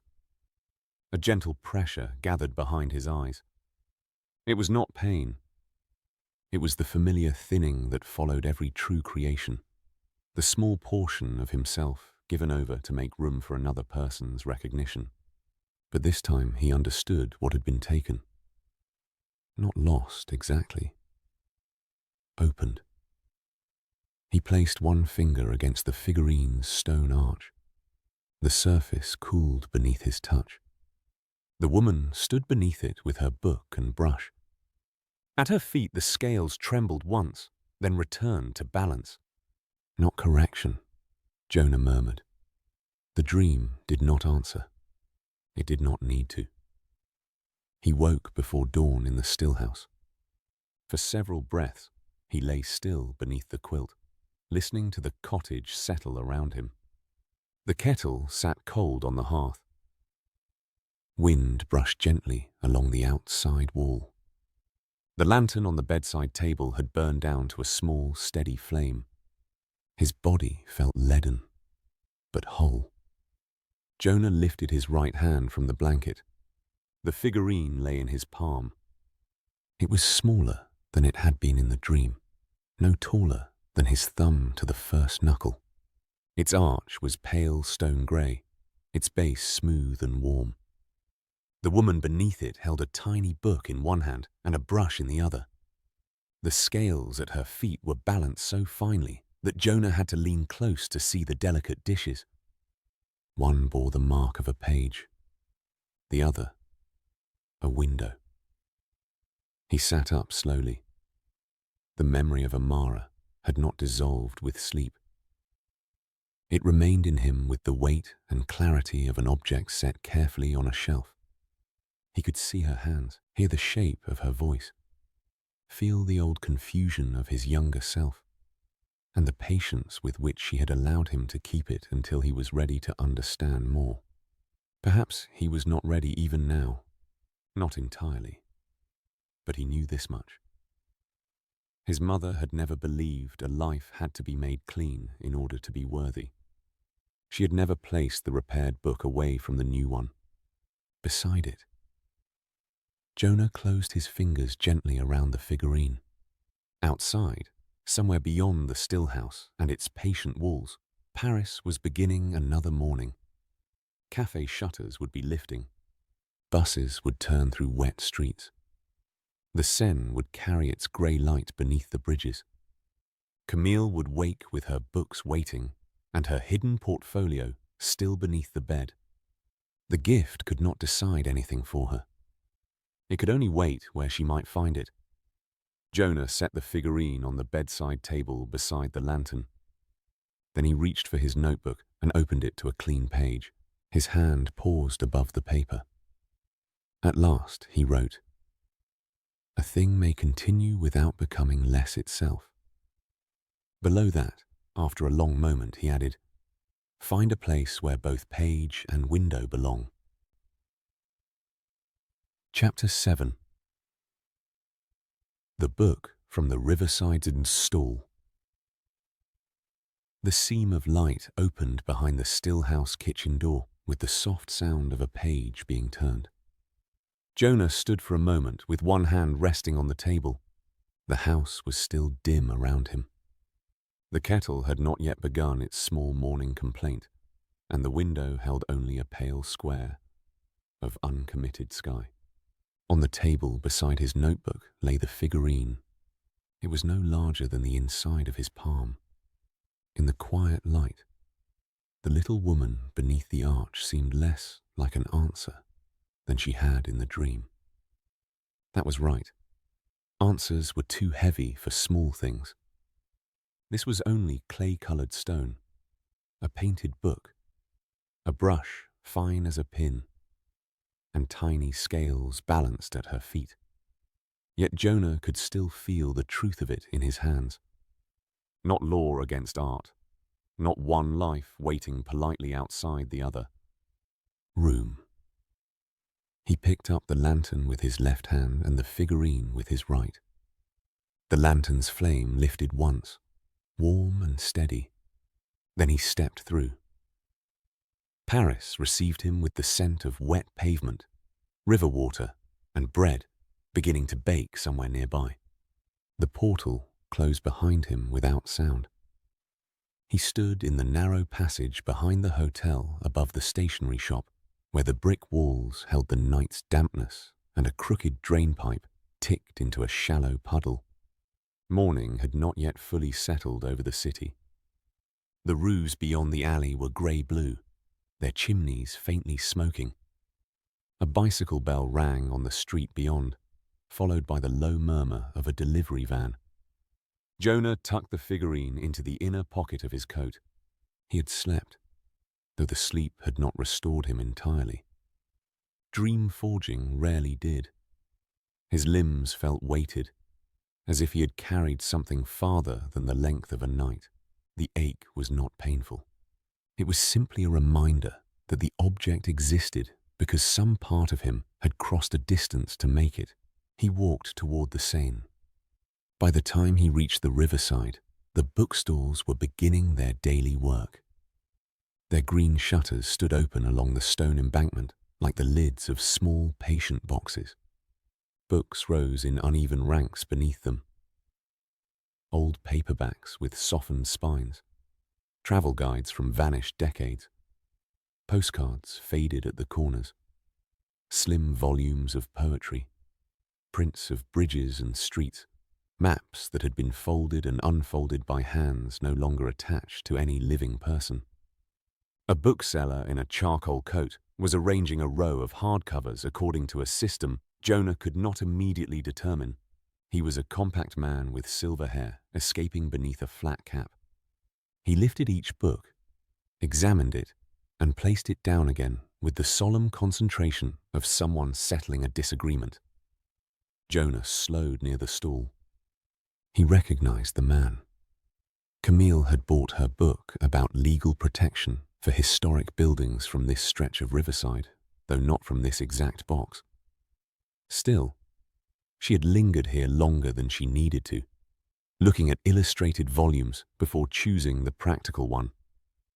The river moved beside them, broad and brown-green beneath the morning light. A barge passed beneath the nearest bridge. Its engine throbbed softly enough that it seemed to belong to the stones. The bookseller looked up. "Looking for something particular?" he asked. "Not exactly," Jonah said. The man nodded as if this were the most common answer in Paris. "Then you may find something useful." Jonah let his gaze travel over the shelves. He did not need the lantern to tell him where to stand. It remained quiet in his pocket, neither cold nor warm. The work had already been done. What remained required no magic beyond patience. He found a narrow shelf of books on architecture and city history. There were handsome modern volumes with glossy covers, several worn guidebooks, and a faded hardback with a cloth spine the color of rain-darkened stone. He drew it out carefully. Paris. Thresholds, courtyards, and hidden facades, the title said in small gold letters. The book had been printed decades earlier. Its dust jacket was gone. The cover bore a pale watermark near one corner, and someone had once repaired the hinge with a strip of cream paper. Inside were black and white photographs of passageways, carved doorframes, rooflines, stairwells, and narrow courtyard windows. Several pages held delicate line drawings of arches, cornices, and old stonework. Jonah opened it near the middle. There, on a page showing the entrance to a small 17th century courtyard, was an arch worn smooth by weather and use. It was not the arch from his dream. It was older, heavier, less graceful. But it held the same idea, an opening that was also a structure, a boundary made to be crossed. He looked up at the bookseller. "This is lovely." "It has been waiting," the man said. Jonah almost smiled. "Has it?" "All books are waiting," the man replied. "Some are simply better at hiding it." He returned to arranging a stack of paperbacks, apparently satisfied with this explanation. Jonah turned another page. Near the back of the book, between a chapter on public squares and a section on old staircases, he found a folded sheet of thick paper secured inside a shallow pocket built into the rear cover. It was a reproduction of an old street plan, printed in rust-colored lines. The pocket had loosened at one edge, but it still held. This would do. Not because it was perfect. Perfection was often another way of making a thing impossible to use. Jonah closed the book and held it beneath his arm while he wandered farther along the stalls. He paused at a box of postcards, examined a small illustrated pamphlet about bridges, and listened to the bookseller argue gently with an early customer about whether a book on Napoleon belonged under history or biography. "History," the bookseller insisted. "He had a life," the customer said. "So did the city of Marseille."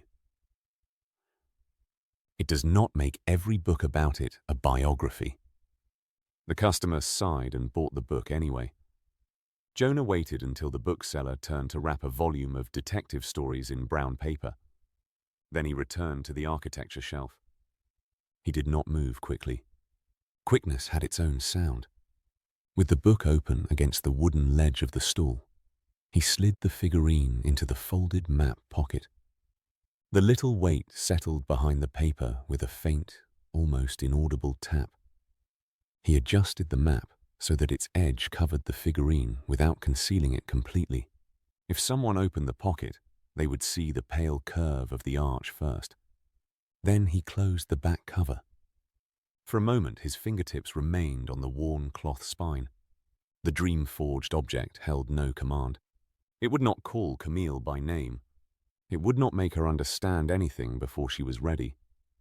It would only wait in the dark between paper and paper, where someone searching for a map might find a small proof that another arrangement was possible.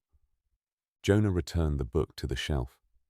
He placed it neither too prominently nor too far back. It stood between a guide to Parisian courtyards and a volume on the restoration of public fountains. Then he walked away. He bought coffee from a cart near the bridge and carried it to a bench facing the river. The cup warmed his palms through its cardboard sleeve. Around him, the city gathered itself gradually. Students crossed the bridge in coats and scarves. A woman walked two small dogs that appeared to have opposing opinions about every lamppost. A man in a navy suit ate a croissant while reading from a folder, pausing only to brush flakes from the front of his coat with increasing irritation. Jonah watched the bookstalls. He did not expect Camille immediately. The lantern had brought him to her path, not to a schedule he could control. Still, when she appeared just before noon, he recognized her at once. She came from the direction of the university district with her canvas bag over one shoulder and her coat unbuttoned despite the coolness. The pencil was tucked behind her ear. Her hair had been gathered carelessly at the nape of her neck, though the rest of her had the composed look she wore when moving between obligations. She walked more slowly than usual. At the first bookstall, she stopped to examine a tray of postcards. At the second, she looked through a row of old legal texts, her fingers resting on the spines without removing any. Then she reached the architecture shelf. Jonah lowered his eyes to his coffee. He had learned over years of work like this that watching did not mean staring. Attention could become another kind of intrusion if he forgot himself. From the corner of his sight, he saw Camille draw out the rain-colored book. She read the title. Her thumb moved over the faded cloth cover. She opened it near the front, then farther in. Her posture changed very slightly. not surprise, not even delight exactly. It was more private than that. The small stillness of someone finding a familiar language in an unexpected place. The bookseller noticed her. "An old one," he said. "But solid." Camille looked up. "Are the drawings original?" "Reproductions. The originals are in better hands than mine." She turned another page. Jonah could see the sweep of a black and white arch beneath her fingers. "It has a map," the bookseller added. "Or it did, last time I looked." Camille glanced toward the back cover. Jonah felt the old instinct rise in him, the urge to lean toward the moment, to make sure the path opened cleanly. He held still. The gift was there. That was all he was permitted to do. Camille checked the price penciled lightly inside the cover. Her mouth pressed into a line, practical and automatic. For a moment, Jonah thought she might put the book back. Then she opened her canvas bag. The movement was small. It should not have mattered. Yet he felt a quiet easing in his chest when she took out her wallet. "I'll take it," she said. The bookseller wrapped the book in a sheet of brown paper, though Camille asked him not to tie it. "I'm going to read it," she explained. "A dangerous habit," he said gravely.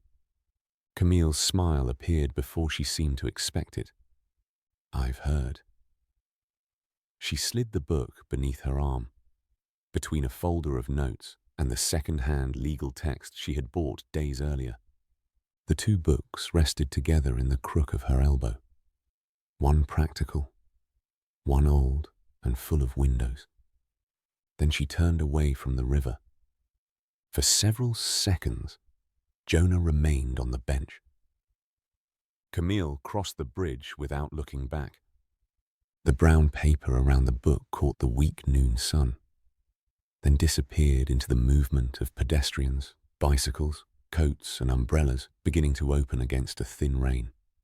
The lantern in Jonah's pocket was quiet. Not finished, he thought, only placed. He drank the last of his coffee, now lukewarm, and sat beside the Seine while the river carried the morning onward.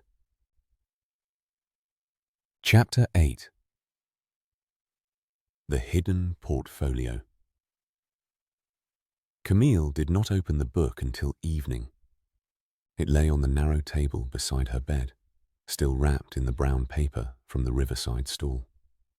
For nearly 3 hours, she had worked around it. She had unpacked her canvas bag. She had arranged her notes for the following week. She had rinsed a cup, dried it, and set it upside down on the small rack beside the sink. Then she had read the same paragraph on preservation statutes 4 times without retaining a sentence. Rain ticked softly against the window. Her apartment was warm enough, though the old radiator complained in uneven clicks. Beyond the glass, the courtyard had become a collection of blurred yellow squares, windows lit in neighboring rooms. Someone above her dragged a chair across a floor. Somewhere farther away, a motorcycle passed through the wet streets and faded toward the river. Camille sat at the table with one hand resting on the wrapped book. It was not an especially beautiful volume from the outside. Its cloth cover had faded to a dark blue-grey. The corners were softened. Gold letters, nearly worn away, named an architect whose work she knew only from lecture slides and passing remarks in books. Paris. Courtyards and thresholds. She had bought it because the price was low. That was what she had told herself. She untied the paper string and folded the brown wrapping into a neat square. The book smelled faintly of dust, rain, and old glue. When she opened it, the spine gave a soft, careful sigh. The first pages held an inscription in blue ink, written by someone whose handwriting leaned eagerly forward. "For Elise, so you remember to look up." Camille read the words twice. Then she turned the page. Something small slid from the hollow between the front cover and the first gathering of paper. It struck the table with a gentle wooden sound. Camille drew back. For a moment, she only looked at it. The figurine was no taller than her palm. It had been made with the patient irregularity of something shaped by human hands. A woman stood beneath a pale stone arch, its curves slightly uneven, as though time and weather had softened it. In one hand, the figure held a small closed book. In the other, a brush rested with its bristles pointed down. At her feet sat a pair of scales. Neither side was lower than the other. Camille reached for the figurine before she had decided to do so. The stone arch was smooth beneath her thumb. Not polished exactly, more like a river stone that had spent years under moving water. Fine dark lines marked the pages of the little book. The brush had a narrow wooden handle, almost too delicate to be real. Yet it was real. She could feel its small ridges. She could see a tiny fleck of blue at its tip. The figure's face was not detailed enough to belong to anyone. Still, Camille had the sudden and uncomfortable feeling that she had been recognized. "No," she said quietly. The words sounded foolish in the room. She set the figurine down. It remained there beneath the yellow lamp, neither accusing nor explaining itself. Camille stood and carried the book to the shelf above her desk. She placed it between two heavier volumes on architectural conservation, then adjusted it until the spine sat evenly with the others. When she turned back, the figurine was still on the table. It looked less like an answer than it had a moment before. That was worse. Answers could be dismissed. They could be challenged, corrected, or ignored. But the small woman beneath the arch did not seem to be offering one. She seemed only to be standing there, holding what she held. Camille sat again. For years, she had been good at making clean divisions. There was work, and there was rest. There were useful things and pleasant things. There were interests that deserved time, and interests that could wait until circumstances became more sensible. Drawing had belonged to the last category. It had been easy at first to say she was too busy. Law school had given her an abundance of reasons. Reading lists, tutorials, part-time work, applications. The ordinary cost of living in a city that always seemed to require another ticket, another receipt, another practical decision. Later, the excuses had become habits. She had stopped carrying a sketchbook openly. She had begun using the margins of lecture notes instead, where a doorway or roofline could appear almost by accident. If anyone noticed, she could call it doodling. If she noticed, she could close the notebook before the drawing became too much like wanting. The figurine stood patiently beside her hand. Camille looked toward the bed. The room was small enough that she could reach beneath it without getting up. She had done so before, quickly, when she needed a certain paper or wanted to be sure the portfolio was still there. She had never thought of taking it out as an act of courage. That would have been theatrical. It was only a portfolio. Still, she did not move for a while. Rain gathered on the window and slipped downward in silver threads. The radiator clicked. The woman upstairs began playing a scale on a piano. Slowly, and with great seriousness, then started again from the beginning. At last, Camille knelt beside the bed. Her fingertips found the edge of the brown paper first. The parcel had been pushed far enough beneath the frame that dust had gathered along one side. She pulled it carefully into the light. The blue ribbon around it had been repaired twice. Once with thread that did not match. Once with a small square knot she had tied badly during her first year at university. She brushed the dust from the paper. For a little while, she simply held the portfolio in her lap. Her mother had given her the ribbon after a birthday, years ago, when Camille had still drawn at the kitchen table. It had come around a box of chocolates from a neighbor. Camille had liked the color and claimed it before the box was empty. Her mother had smiled at the ribbon tied around a stack of drawings and said, "Keep them if you like, but do not let them distract you from the things that will give you a stable life." It had not been cruel advice. That was the trouble. Her mother had said it while rinsing dishes after dinner, practical and tired and trying, as she always had, to make the future less difficult for her daughter. She had meant, you should have choices. You should not have to depend on luck. You should be able to pay your rent and keep warm and say no when you need to. Camille wanted all those things. She still did. Her father had once glanced over her shoulder at a drawing of the old covered market near their home. He had studied the crooked lines of the roof and the tiny figures beneath it. "You see too much," he had said. She had waited, uncertain whether it was praise. Then he had tapped the page with one broad finger.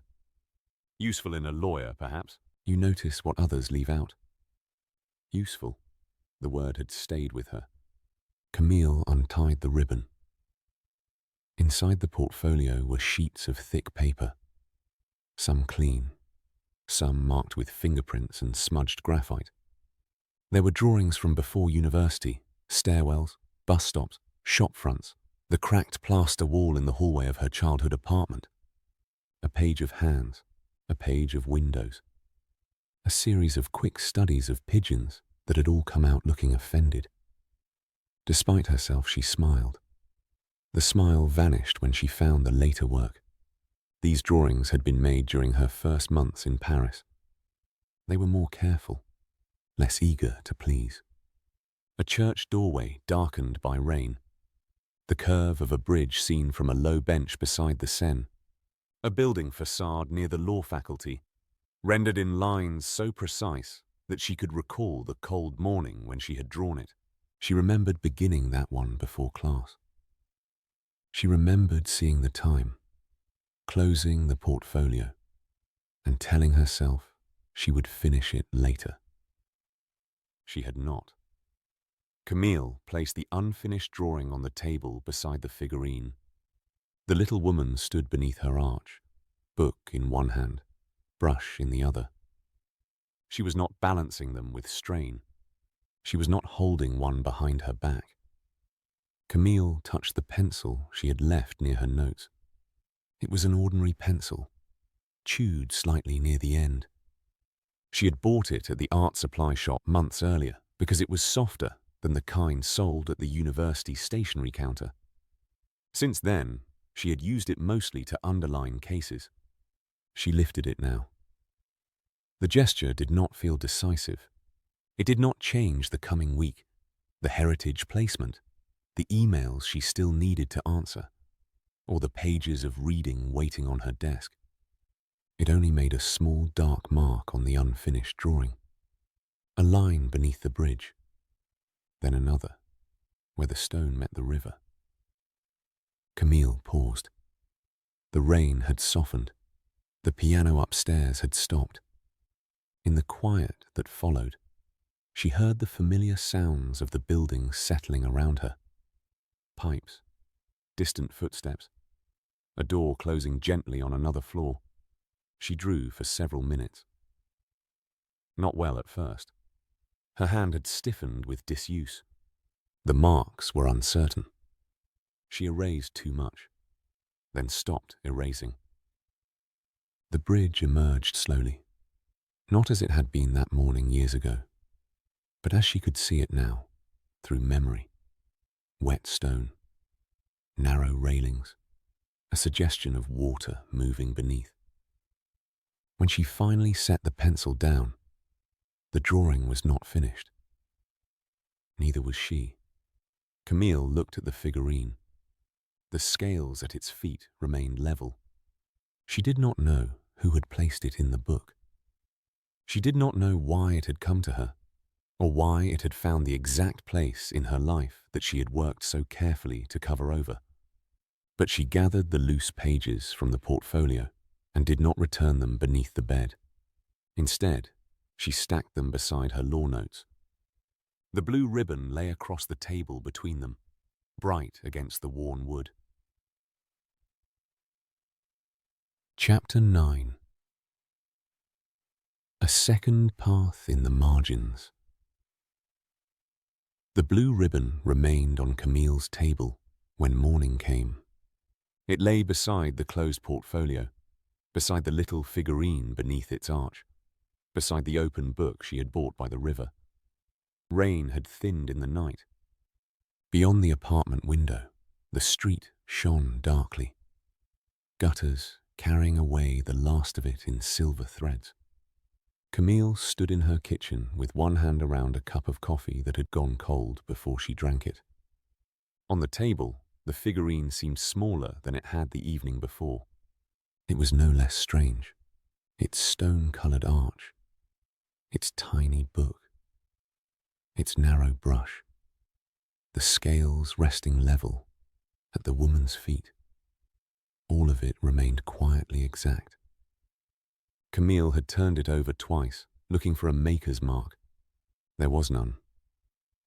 She had told herself she would put it away after breakfast. Instead, she slipped it into the inner pocket of her canvas bag, beneath the folded paper and the second-hand architecture book. The movement was so simple that she did not understand its importance until she was halfway down the stairs.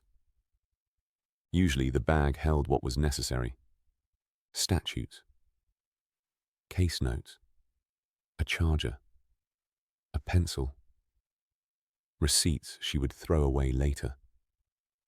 It was not a place for a porcelain-like mystery from an anonymous bookstall. Yet she had brought it. Outside, Paris had resumed its ordinary pace. A delivery bicycle hissed past through shallow water. A woman in a red scarf held an umbrella over a small dog who had no interest in remaining dry. At the corner bakery, warm bread scented the air so completely that Camille stopped without intending to. She bought a small roll, ate half of it while walking, and kept the rest wrapped in its paper. At the university, the law faculty corridors carried their usual mixture of damp wool, old stone, and overheated radiators. Students crossed around her in groups, speaking quickly about deadlines and seminar readings. Camille knew the rhythm of their urgency. She had learned it well. A deadline could be divided into tasks. A task could be completed. Completion was a form of relief. She climbed to the reading room and took her usual seat near the window. For nearly an hour, she worked as she always did. She read a case concerning the ownership of a private collection after the death of its collector. She marked passages on good faith, possession, export controls, and the problem of objects whose histories had been interrupted by war, theft, inheritance, or neglect. Her pencil notes were neat and narrow. Her handwriting leaned only slightly, as though even it had been trained not to take up too much room. Then she reached a sentence in the commentary beneath the judgment. Cultural property, it said, required not only legal classification, but attention to provenance, material condition, and the context of display. Camille read it once, then again. Her pencil hovered above the margin. Without thinking, she drew a small window beside the sentence. The frame was simple, an arch above it, a crack across one pane of glass, not broken but held together by lead. She stopped. The pencil point rested against the paper. For a moment she felt the old reflex rise in her, the quick, private embarrassment, the instinct to erase the line before anyone saw it. Drawing in the margins had always been something her hands did before her mind could stop them. A coping mechanism, perhaps. A habit from childhood. Nothing that needed to be taken seriously. But the little arch in the bag seemed to have altered the weight of the thought. Camille did not erase the window. She set her pencil down and opened her laptop instead. The university website was slow that morning.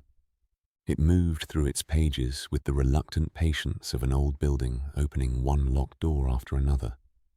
Camille searched first for cultural property law, then for heritage regulation, then for art restitution. The results multiplied. There were conferences, guest lectures, archived papers, internships. A seminar titled Legal Protection of Historic Works in Public and Private Collections. A joint research initiative between the law faculty and the Department of Art History. A small university clinic that assisted museums, local archives, and families with provenance research. Camille clicked through each page carefully. The words began to gather around her. Restitution, conservation law, architectural heritage, illicit trafficking, museum ethics, documentation, material history. She had known some of these terms already. They had appeared at the edges of lectures, on posters she passed without stopping, in footnotes she promised herself she would follow later. But now they formed something more solid than a list of subjects. A path, perhaps. Not a grand one. Not an answer to every question she had avoided.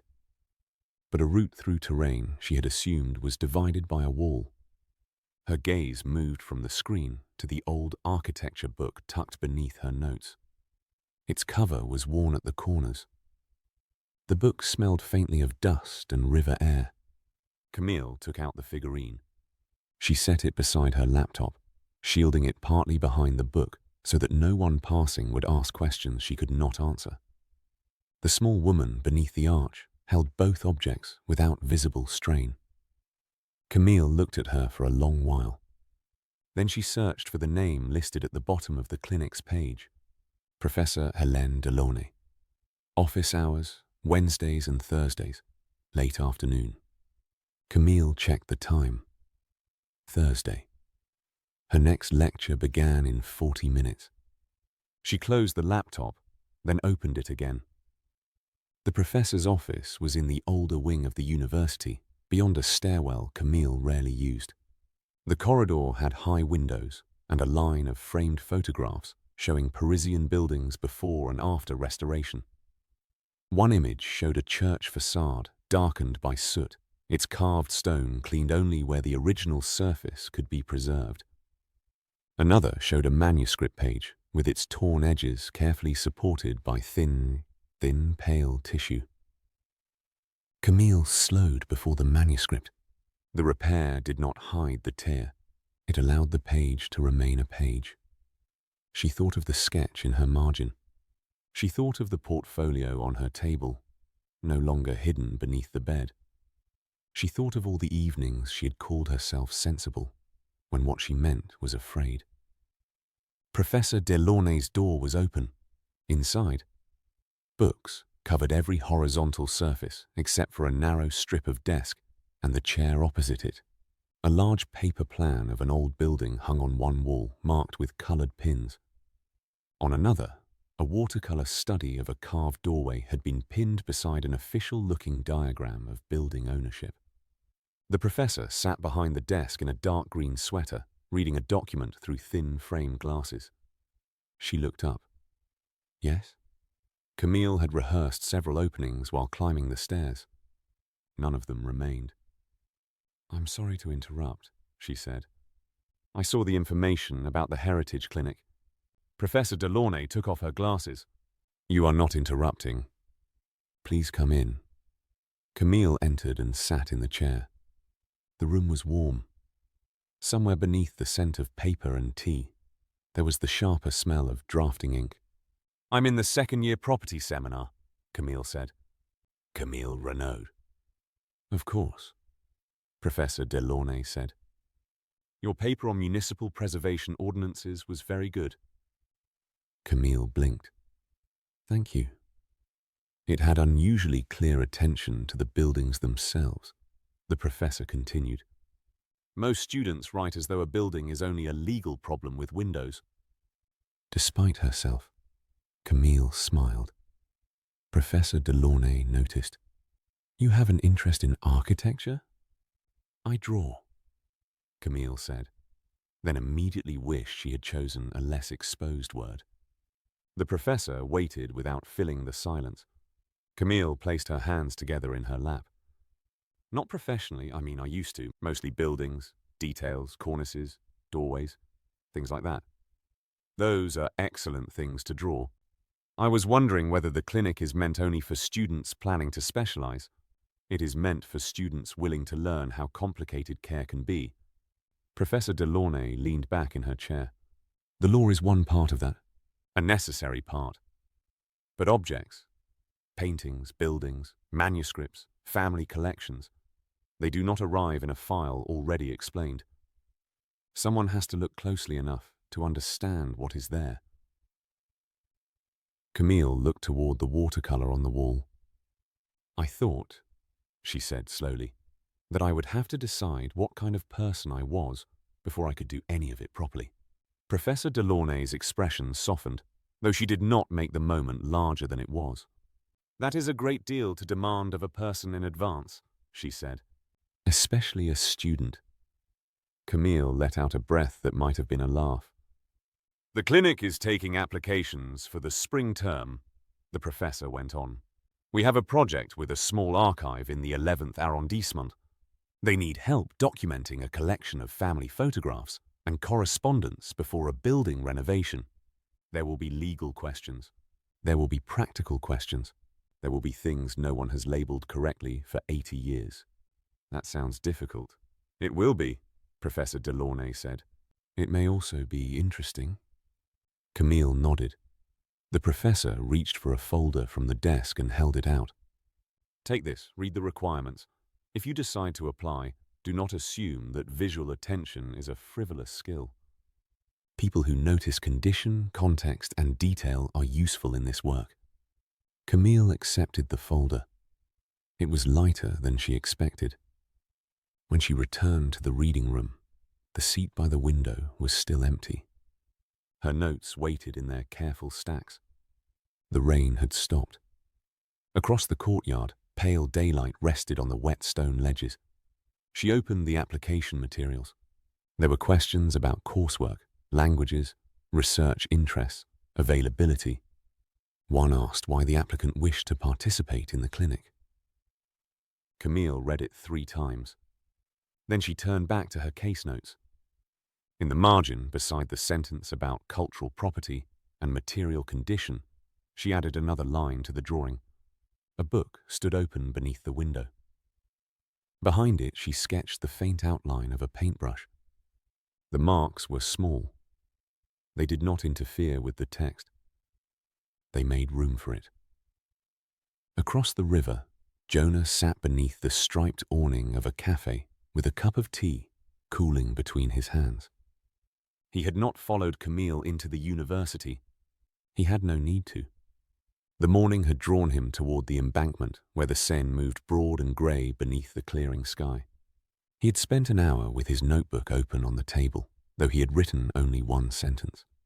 A gift should not become a hand upon the shoulder. The lantern rested in his coat pocket, quiet but warm. Near midday, Camille emerged from the university gates. She walked more slowly than she had that morning. The canvas bag still hung heavily from one shoulder, but she no longer held its strap as though it were the only thing keeping her upright. A folder protruded from the top. The corner of it had begun to soften in the damp air. At the crossing, she paused beneath the bare branches of a plane tree. Then she took out her pencil. Jonah could not see what she wrote.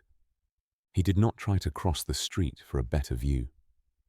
He only watched her bend over the folder for a moment, her hair falling forward, her face intent. When she straightened, something in her had changed. Not certainty.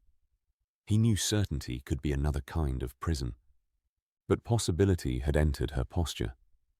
It showed in the way she looked down the street toward the art supply shop, then toward the faculty, and did not turn away from either direction as though one had accused her of disloyalty.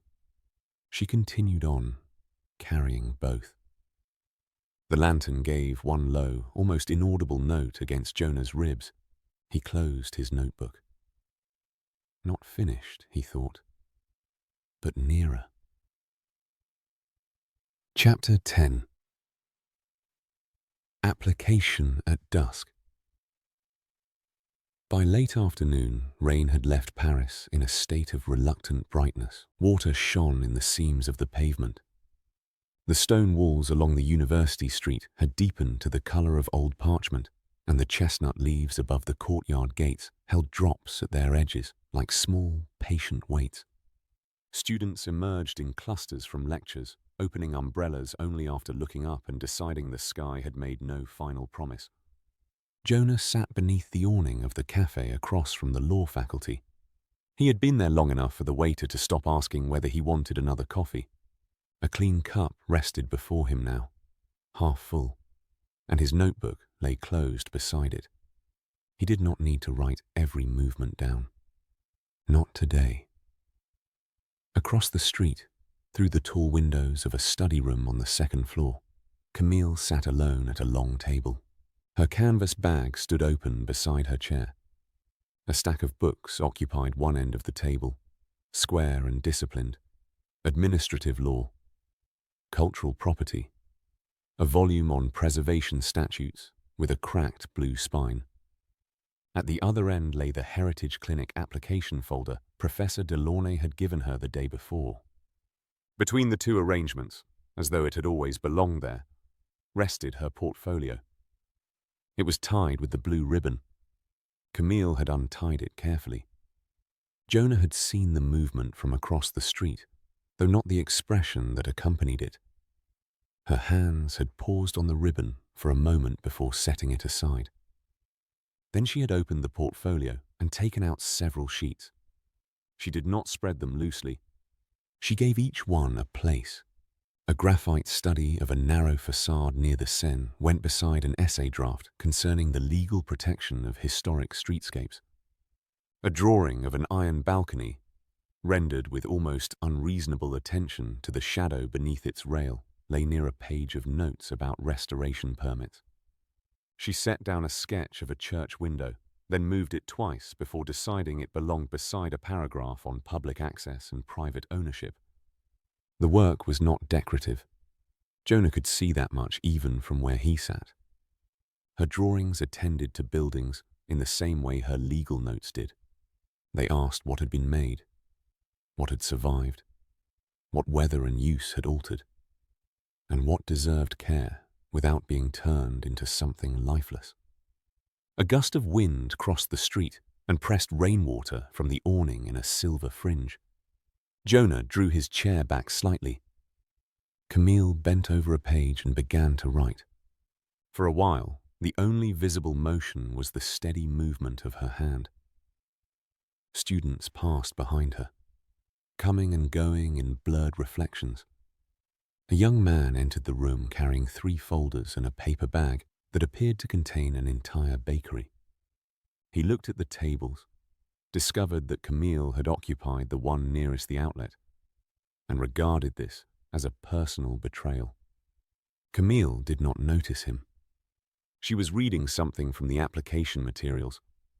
Jonah had seen the same folder in Professor Delaunay's office, a brief statement of interest, academic records, supporting work if relevant, and a description of one heritage site or object the applicant believed deserved thoughtful protection.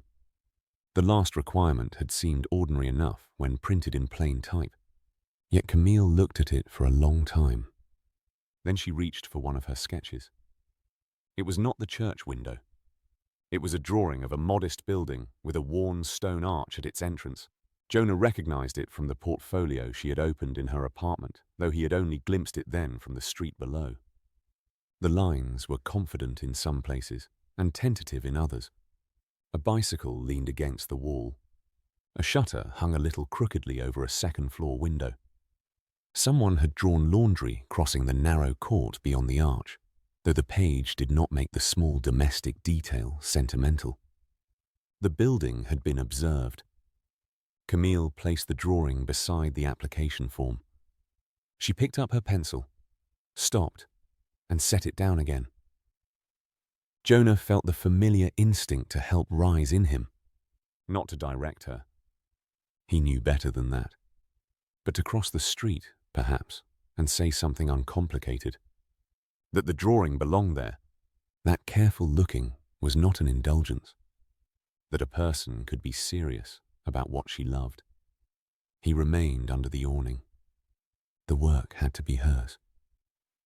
Camille sat back. Her gaze moved across the table. Books, forms, portfolio, blue ribbon, the small figurine near her elbow. She had brought it with her. Its arch was no larger than 2 fingers held together. In the rainy light, it looked almost ordinary, carved from pale material that might have been wood or stone. The tiny book, brush, and balance scales at its base could not be seen from Jonah's distance, but he knew they were there. Camille touched the arch with 1 finger. Then she pulled a clean sheet of paper from the folder and began again. This time, she wrote more quickly. The cafe door opened behind Jonah. A damp-haired student entered, shook his umbrella with the reckless confidence of someone who had never been responsible for mopping a floor, and earned a look from the waiter. Jonah shifted his coffee away from the spray. "Sorry," the student said, though he did not sound especially sorry. The waiter handed him a cloth. The student looked at it as though it were a legal summons. Jonah lowered his eyes to hide a brief smile. When he looked back at the faculty window, Camille was still writing. Dusk gathered slowly. Lamps clicked on inside the study room, warming the long tables with amber light. Outside, the wet street turned blue-grey. The cafe filled with the muted sounds of cups touching saucers, chairs moving across tile, coats being folded over empty seats. Camille read through her statement once, then again. At some point, Professor Delaunay passed the study room door. She paused, saw Camille inside, and came in without taking off her coat. Jonah could not hear them through the glass and the street, but he watched their shapes in the window. Camille stood. She handed over several pages. Professor Delaunay read them standing at the end of the table. She did not hurry. Once, she looked toward the portfolio. Camille said something then, short enough that Jonah could not imagine it was an explanation. More likely an apology, or a qualification, or the beginning of one. Professor Delaunay lifted a page from the portfolio. She studied it. Then she looked at Camille. Whatever she said in reply made Camille's shoulders change. Not dramatically. She did not straighten like a person in a poster. She simply released a tension Jonah had not realized she had been carrying. Her hands came to rest on the edge of the table, instead of clasping together in front of her. Professor Delaunay nodded once. Then she tapped the application folder, returned the pages to Camille, and left her there. Camille sat down. For several minutes, she did nothing. Jonah understood that stillness. There were moments when a door opened so quietly, a person needed time to believe it had opened at all. At last, Camille gathered her papers. She placed her academic transcript in the folder. Her statement followed.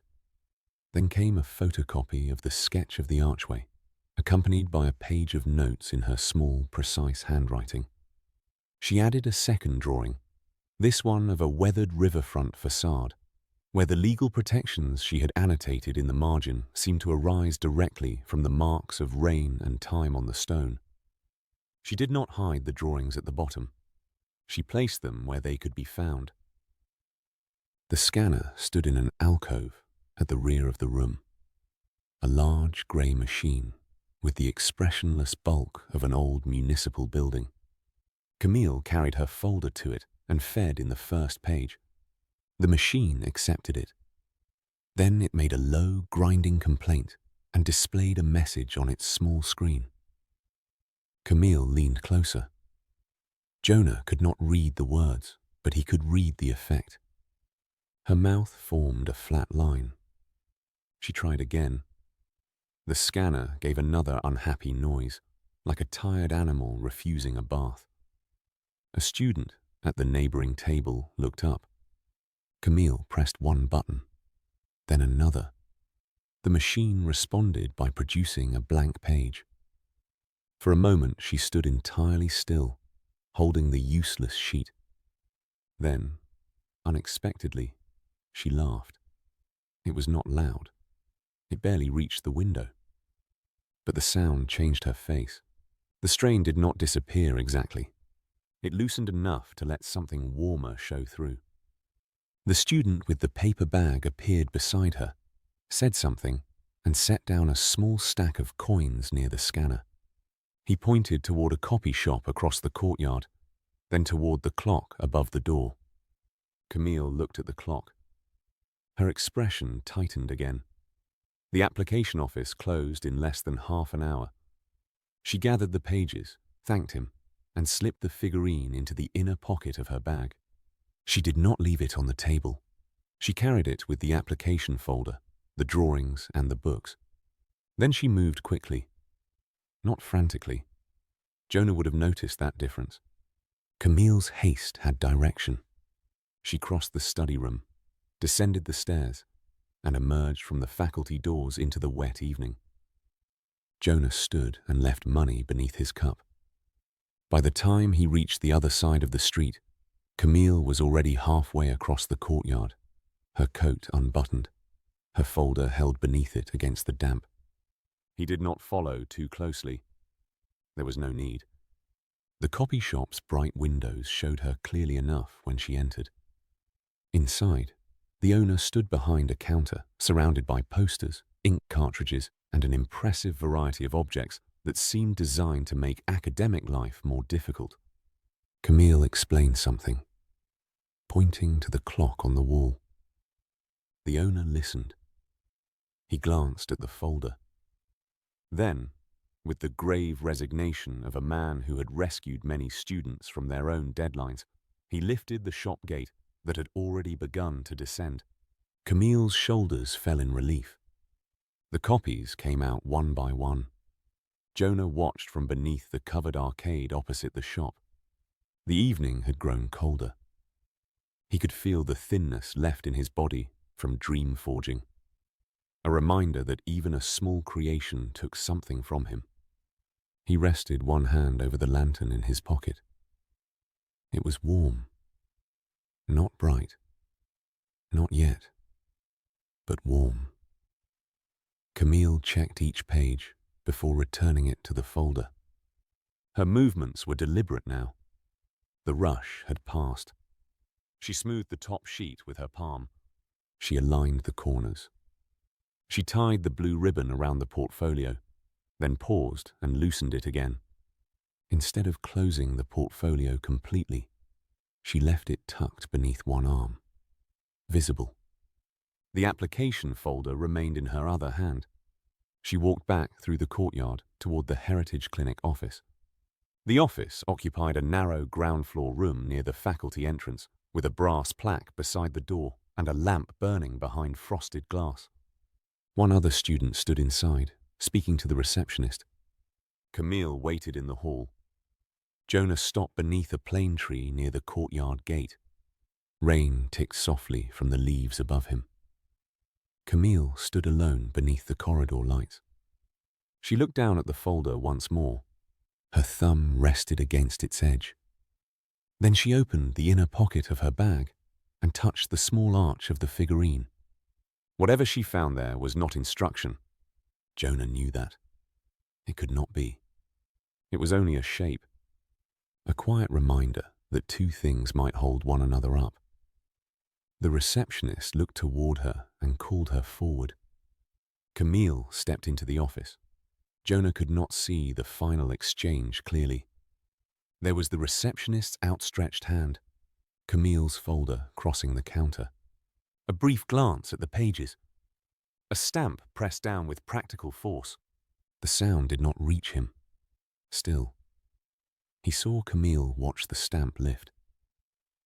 Her application was accepted into the tray behind the desk. That was all. No applause. No sudden revelation. The rain did not stop. The city did not rearrange itself in recognition. Camille thanked the receptionist and came back outside. She stood in the corridor for a moment, empty-handed except for her bag and portfolio. Her face was pale with fatigue, and she looked almost uncertain what a person was meant to do after crossing a threshold she had approached for so long. Then she looked toward the courtyard. The wet stones reflected the lamps. Beyond the gate, the street led one way toward the river and another toward the art supply shop. Camille stood where both directions could be seen. She did not turn away from either. At last she placed the portfolio inside her bag beside her law books, fastened the strap over her shoulder, and walked toward the Seine. Jonah remained under the plane tree until she had gone. The lantern gave a low note against his ribs. It was softer than a bell. Softer than the sound of the stamp falling on the desk. Yet it moved through him with the calm certainty of a held breath released. He took out his notebook. On a clean page, beneath the entries he had made about Paris rain, bookstores, old stone, and a woman who carried a pencil without trusting herself to use it, he wrote, "She did not choose one life over another." Then, after a moment, he added, "She made room." Chapter 11. The River Walk. The rain had thinned to a silver mist by the time Camille left the Heritage Clinic. She stood beneath the narrow stone awning for a moment, one hand closed around the strap of her canvas bag. Across the pavement, the windows of the copy shop shone with the weary brightness of a place that had spent all day swallowing paper and giving it back in more orderly forms. A bicycle passed through a shallow gutter, its tires whispering over wet leaves. Camille looked down at the folder tucked beneath her arm. It was an ordinary folder. Blue card, slightly softened at the corners from being carried through campus and rain.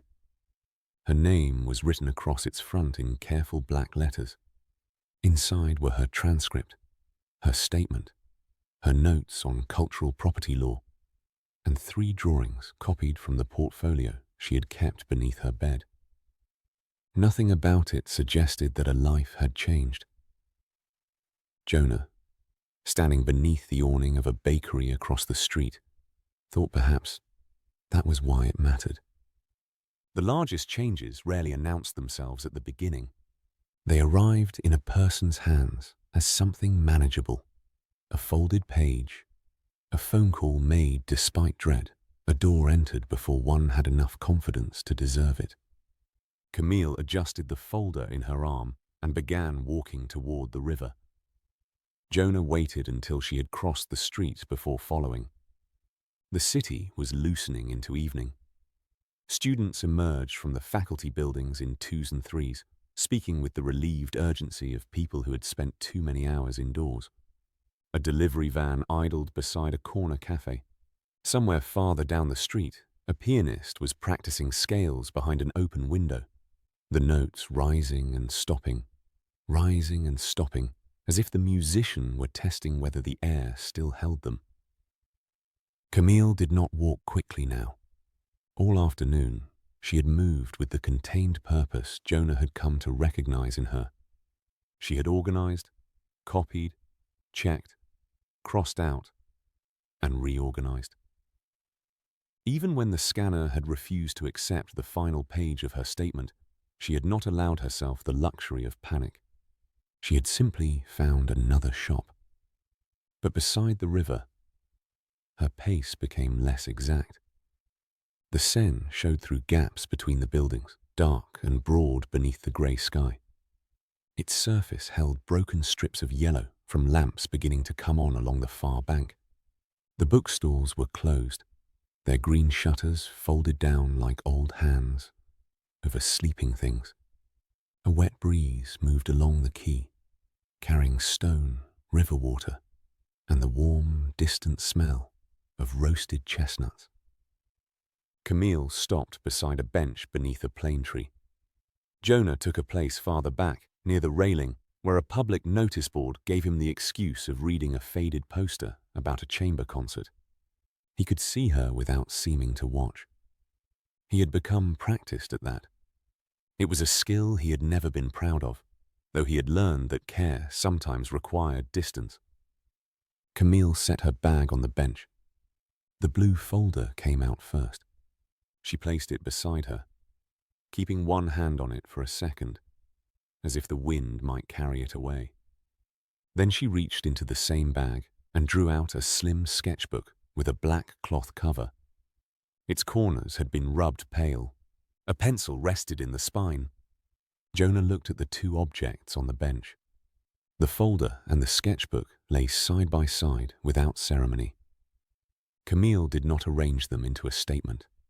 She did not smile at the symmetry of them. She simply opened the sketchbook. That, more than anything, eased something in him. She turned to a clean page and looked across the river. The building she chose was not grand.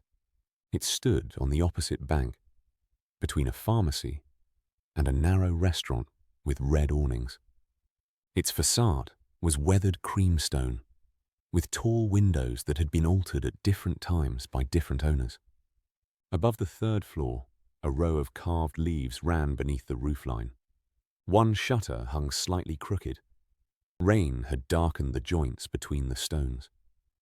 Camille studied it as if it had been waiting for her. Then she began to draw. Her first lines were light and practical. She measured proportions with the pencil held at arm's length. She marked the width of the windows, the angle of the roof, the uneven rhythm of the shutters. After a few minutes, her hand moved more freely. The building emerged in the sketchbook, not as an idealized monument, but as a place that had been used and changed and kept standing. Jonah understood little of architectural drawing, but he knew attention when he saw it. Camille's brow had furrowed in concentration. The tension in it was familiar, yet it did not seem to come from fear. It was the concentration of a person engaged in work she respected. A voice spoke from the path behind her. "Excuse me," said an older man. "May I see?" Camille looked up. The riverside bookseller stood a few steps away, though his stall was shut for the night. He carried a folded umbrella beneath one arm and wore the same brown coat Jonah remembered from the morning Camille had bought the old architecture book. His white hair had been flattened by the mist. He looked, Jonah thought, like a man who had been shelved incorrectly among his own books and had decided not to complain. Camille's hand closed over the sketchbook. For a brief moment, Jonah saw the old instinct return. Hide it. Turn the page. Say it was nothing. Then Camille looked down at the drawing again. "Yes," she said. The bookseller came closer, but not close enough to crowd her. He bent over the page and studied it with solemn care. "That window is particularly stubborn," he said at last, nodding toward the building across the river. Camille blinked. The window? The second one from the left. He pointed, though not at the sketchbook. "It is never the same color twice. In summer it looks green. In winter, almost black. I have been watching it for 15 years. A small laugh escaped her before she could stop it. "I thought it was blue," she said. "Then perhaps it is blue today." The bookseller glanced at the blue folder beside her. His eyes moved back to the sketchbook, but he asked no question about either one. "You have made it more upright than it really is," he said. Camille looked across the water. "Have I?" "A little," he smiled. "But that is permitted. Buildings have hopes too." For a moment she seemed uncertain whether he was teasing her. Then she smiled back, quietly, but without apology. "Thank you," she said.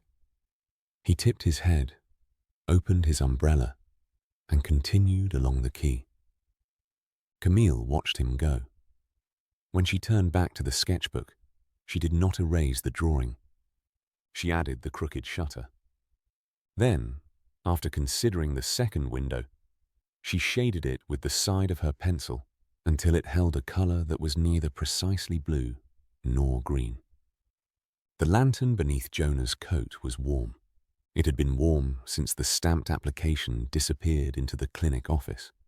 He had expected, perhaps, that its note would sound then and open the thin gold seam that meant his work in Paris was complete. Instead, it had remained quiet. Now he understood why. The application had been Camille's first step. This was what allowed the step to belong to her. She was not performing bravery for a professor. She was not proving that she could be practical and creative in equal measure. She was sitting beside a river with rain in the trees, drawing an imperfect old building because she wanted to see it clearly. The folder remained beside her. Once, she shifted it to make room for her elbow. Her hand brushed the cover, then returned to the pencil without hesitation. Jonah thought of the figurine beneath its arch, the book, the brush, the balance scales. He had shaped it in a dream with the care of someone placing a bridge across a narrow gap. But the bridge had never been the journey. It had only made the crossing visible. Camille drew until the mist became rain again, soft and almost vertical in the fading light. At last, she closed the sketchbook. She slipped it into her canvas bag beside the folder, not behind it and not beneath it. The pencil went into the same pocket where she kept her transit card and keys. Then she lifted the bag and walked on along the Seine. Her shoulders were still squared. Her stride was still purposeful. She would still rise early, Jonah suspected. She would still make lists, meet deadlines, and carry more books than was reasonable for one person to bring across Paris in a day. But she no longer moved as though each part of her life had to be defended from the other. Jonah remained beneath the plane tree after she had gone. The river made its steady sound against the stone embankment. Behind him, a cafe door opened and released a brief warmth of voices and coffee. The lantern rested against his ribs, its brass case faintly bright through the lining of his coat. He took out his notebook. For a while, he only looked at the page where he had written that she had made room. Below it, he wrote. She carried both without asking which one had earned the right to stay. The pencil paused in his hand. He looked toward the river, where Camille had disappeared among the lamps and umbrellas. There were people, he knew, who had no trouble believing they deserved more than one thing: a craft and a family, work and rest, ambition and tenderness, a home they might leave and still return to. He had met them in every city, though he had rarely understood what he was seeing. The lantern gave one low note beneath his coat. It was not a command. Not yet. Jonah closed the notebook and listened to the river until the rain softened again. Chapter 12. Orange Blossom Memory. The river had become a long strip of pewter beneath the evening sky. Jonah sat farther from the embankment than he had the night before, on a bench set back beneath the plane trees where the passing umbrellas were fewer and the traffic had softened into a distant, patient wash. Rain clung to the leaves above him. Every few moments, a drop let go and struck the path with a sound too small to matter, except that in the quiet it seemed to matter very much. His lantern rested beside him, wrapped in the fold of his coat. It had not gone cold since Camille left the clinic. The warmth against his ribs had faded and returned in gentle pulses as he watched her walk away along the Seine. Her application folder protected beneath her coat, her sketchbook tucked under one arm. She had not looked transformed. Jonah distrusted transformations that announced themselves too loudly. She had looked tired, relieved perhaps, a little uncertain of what came next. But she had carried both things. That was enough. He opened his notebook. The pages had swollen slightly from the damp air. His handwriting, usually spare and narrow, had spread across several sheets during the days in Paris. The bookstalls with their green lids opened like wings along the river. Stone facades darkened by rain. The art supply shop window. The law faculty courtyard. The quiet bookseller who had watched Camille choose a volume without asking why it seemed to have been waiting for her. Jonah turned to a fresh page. For a while, he only listened. A barge moved downstream, its engine a low, steady murmur. A bicycle bell sounded twice behind him. Somewhere across the water, a door shut, followed by the muted burst of conversation from a cafe. Paris continued around the completed gesture of one young woman submitting an application. The city had not paused to admire her courage. It did not need to. He wrote, slowly. Camille Renaud. She believed one life would cancel the other. She found a place where both could be used. He stopped with the pencil lifted over the paper. Used. The word sat there with its plain, practical shape. He had written it without thinking. It was the sort of word he often used when he recorded a mission. An object used. A skill used. A talent made useful. He had meant it as praise. Still, he looked at it. Below the first lines, he added, she did not become someone else. She allowed herself to be more completely herself. The pencil hovered again. He turned back through earlier pages. There were hundreds of them in this notebook alone, and others packed carefully in his suitcase. Names, places, details. A woman in a blue scarf who repaired umbrellas in a narrow, rain-dark street. A man who had learned to reopen a small bakery after his brother's death. A child in a coastal town who had made a map of every safe place she knew.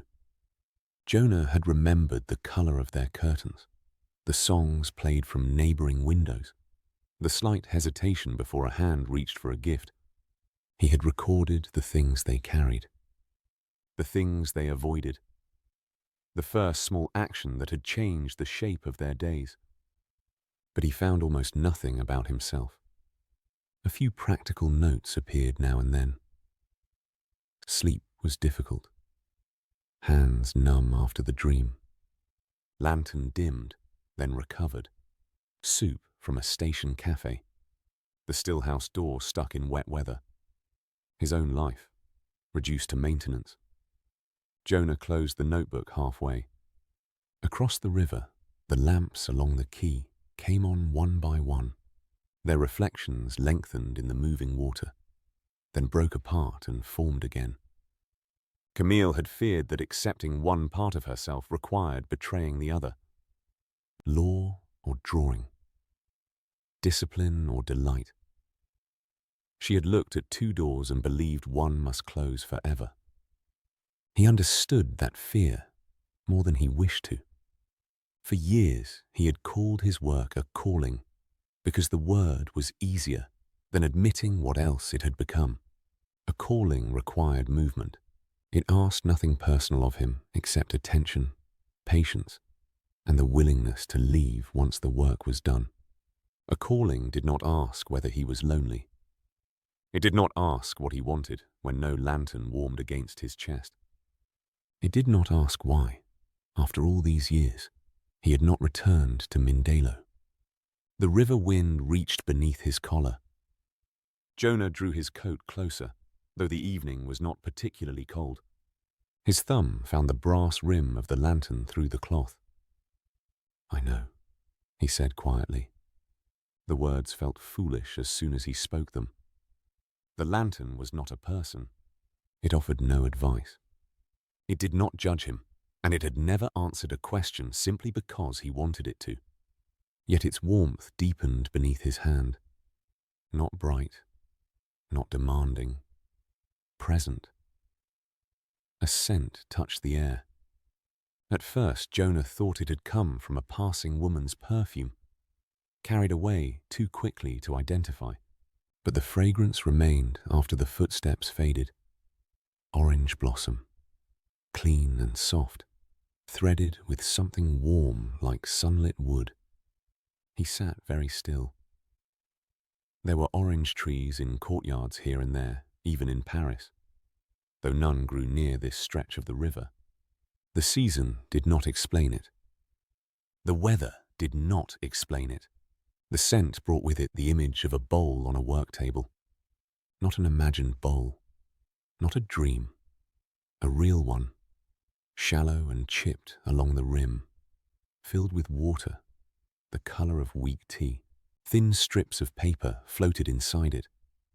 Nearby lay brushes, wax thread, a small bone folder polished smooth by years of use, and a square of cloth that had once been part of an old shirt. Jonah's breath caught. The bench beneath him disappeared. He was standing in the back room of his parents' house in Mindelo, small enough that the work table rose nearly to his chest. Afternoon light entered through the slatted window. It carried the white glare of the street, the distant sound of wheels over stone, and farther away, the sea. His mother sat at the table. Amara's hair was tied back with a strip of faded blue cloth. Her sleeves were rolled above her elbows. She held an old book open beneath one careful hand, its spine split, its cover scuffed at the corners. Several pages had loosened from the binding, but she had arranged them in order on a clean cloth. Jonah remembered the book more clearly than he remembered the title. Its cover had been green once. In places, the color had worn thin enough to show the board beneath. Someone had written a name inside the front cover, in dark, slanted ink. "Can it be fixed?" he had asked. His younger voice had been serious. He had always wanted an answer before he could decide how worried to be. Amara did not look up at once. She was aligning a torn page, fitting the fibers together with the tip of a brush. "It can be cared for," she said. "That means yes. That means it will not become new." He had frowned at this. He remembered the frown and the way it made her mouth soften. "Why not?" he asked. "Because it has been read." She lifted the page toward the light.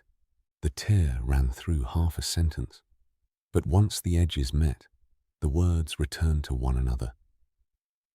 "A book should not be punished for having a life," she said. Jonah had stepped closer, but the tear is still there. "Yes. Then everyone will see it. Perhaps they should." She set the page down and reached for the thread. "Repair is not pretending nothing happened," Amara told him. "It is making sure what happened does not become the end of the story." The memory did not arrive with the sharpness of a wound. It came as warmth, as texture, as the faint scrape of thread through paper. Jonah saw her hands as clearly as if they rested before him now. Strong fingers, a small crescent of ink near one thumbnail, the steadiness with which she held fragile things. He remembered watching her sew the pages back into place. He remembered the particular quiet of concentration that filled the room. And then, unexpectedly, he remembered what came after. Amara had closed the repaired book and pressed her palm flat against its cover. She had looked at Jonah over the work table. "You notice where things are broken," she said. He had not known whether it was praise. "Yes," he answered. "Good. But do not only look there." The river returned. Jonah sat beneath the plane tree with his notebook open on his knee. His face was damp, though he could not tell whether rain had found him through the leaves. Across the water, a boat passed beneath a bridge. Its lights entered the dark arch and emerged on the other side. Do not only look there. He had spent so long looking at one tear in his own life that he had mistaken it for the whole page, his father's silence after Amara died. The second lantern, made with hands that had trembled from grief and exhaustion. Thomas accepting it, turning it over once, saying almost nothing. Jonah leaving before the silence could become a verdict spoken aloud. He had called the lantern a failure because it had not repaired what could not be repaired. He had called himself useful only when he could carry someone else toward a door. Perhaps neither judgment had been as complete as he had believed. The thought did not absolve him.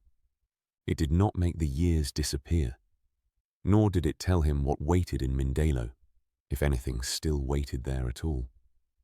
But it loosened something. A knot, perhaps.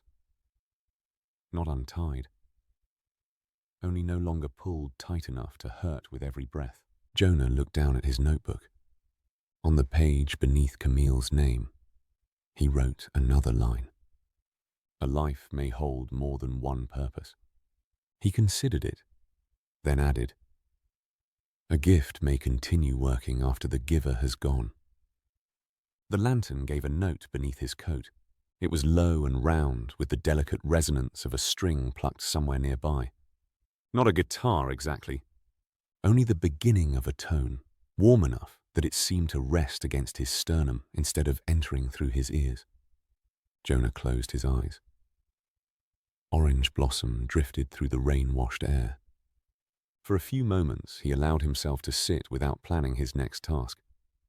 He did not study the streets. He did not search the riverwalk for an unfinished sorrow. He did not reach for a name he might write down and later carry into the stillhouse. He simply rested. The city moved around him. The Seine moved beneath the bridges. Somewhere in Paris, Camille would be returning to her small apartment with damp hair at her temples, an application submitted, a sketchbook in her bag, and no promise except the one she had made herself. Jonah hoped she would keep drawing. He hoped, too, that she would not mistake difficulty for proof that she had chosen wrongly. No life was as balanced as a figurine's scales. Balance had to be made and remade, often with ordinary hands. The lantern warmed once more. When he opened his eyes, the mist above the river seemed faintly gold at its edges. Not a portal, not yet, but near. Jonah placed the pencil inside the notebook and fastened the cover. He sat with it beneath both hands, feeling the small weight of all those recorded lives, and perhaps, for the first time, the quiet space where his own might belong. Then he lifted the lantern from his coat. Its brass surface reflected the river lights. In that wavering shine, he thought he saw the shape of a work table, a blue strip of cloth, and his mother's hand resting on a repaired book. He held the lantern carefully, not as an instrument, not as an obligation, as something that had remained with him. Chapter 13. The threshold towards Seville. The river had darkened to pewter by the time Jonah returned to the embankment. Rain still hung in the air, though it had become too fine to trouble the umbrellas passing along the quay. It settled on coat collars and hair, silvering the shoulders of people who did not seem to notice. Across the Seine, lamps came on one by one behind the windows of the Latin Quarter. Their reflections broke and rejoined in the slow movement of the water. Jonah stood beneath the plane tree where he had spent so much of the evening. The trunk was black with rain. A few pale leaves clung above him, moving softly whenever the wind came down the river. Nearby, a couple argued in lowered voices over a map. A cyclist rang a bell with unnecessary urgency. Somewhere behind the bookstalls, a cafe door opened, releasing a brief cloud of coffee, warm bread, and conversation. Paris continued. It did not know that anything had been completed. Jonah found this reassuring. He set his suitcase beside the tree and took the notebook from his inner coat pocket. The leather cover had softened at the corners from travel. Water had marked it more than once. He had repaired the binding twice himself, though the second repair was less neat than the first. His mother would have noticed the uneven thread at the spine. She would not have criticized it, not immediately at least. He opened to the page where he had written about Camille. The words were there in his careful hand. She did not choose one life over another. She made room. For a while, he looked at them without adding anything. Camille would go home tonight with damp shoes and a heavy bag. She would probably put the kettle on. She would arrange the papers from the heritage clinic somewhere sensible, perhaps in a folder that did not bend at the corners. The sketchbook might remain on the table instead of returning beneath the bed. Tomorrow, there would still be lectures, reading, deadlines, practical questions. The clinic might accept her application, or it might ask for more. Her parents might not understand at first what she had chosen to do. None of that had been solved, but she had placed the pages together. That was enough to change the shape of a life. Jonah closed the notebook and rested his hand over it. A thought came to him, not with the sharpness of a discovery, but with the quiet persistence of rain. He had spent years looking for the moment when a gift became useful. He had watched faces when an object was found. He had listened for the first words spoken afterward, and when no immediate change appeared, some part of him had always assumed he had failed. His father had held this lantern in both hands. Thomas had said nothing for a long time. Jonah had remembered only the silence. The memory had been waiting beneath that silence, perhaps all these years. Not hidden, only unopened. A repaired book was not made new by pretending it had never been torn. Amara had taught him that much. The mended pages kept their creases. Their edges remained a little softer, yet they turned. They carried the story onward. Jonah touched the brass lantern through his coat. It was warm, not merely the faint warmth it had carried beside Camille's application, nor the brief, alert heat that had guided him through the streets of Paris. This warmth was steadier. It had gathered strength without becoming urgent, as if the lantern were holding a small sun behind its shutter. He lifted it out. The brass was beaded with rain. In the lantern's glass, the city lights wavered in miniature. Jonah brushed his thumb over a spot near the base, where his hand had worn the metal duller over the years. Then the lantern made a sound, one clear note, low and rounded. It was unlike the bell-like tone he had heard at other crossroads. This sound had a wooden quality beneath it, a gentle vibration like a string plucked somewhere beyond the river. It lingered in the damp air. It seemed to travel through the plane tree, the stone wall, the water itself. Jonah held still. The smell reached him a moment later. Orange blossom. It did not belong to Paris in the rain. It arrived warm and clean, carrying a trace of dry earth and sunlit walls. For one impossible instant, it threaded through the cold river scent and the wet stone, and the two places seemed to occupy the same breath. People passed nearby without reacting. A woman in a red scarf hurried around a puddle. The couple with the map had stopped arguing and were now looking at a phone together, their shoulders nearly touching.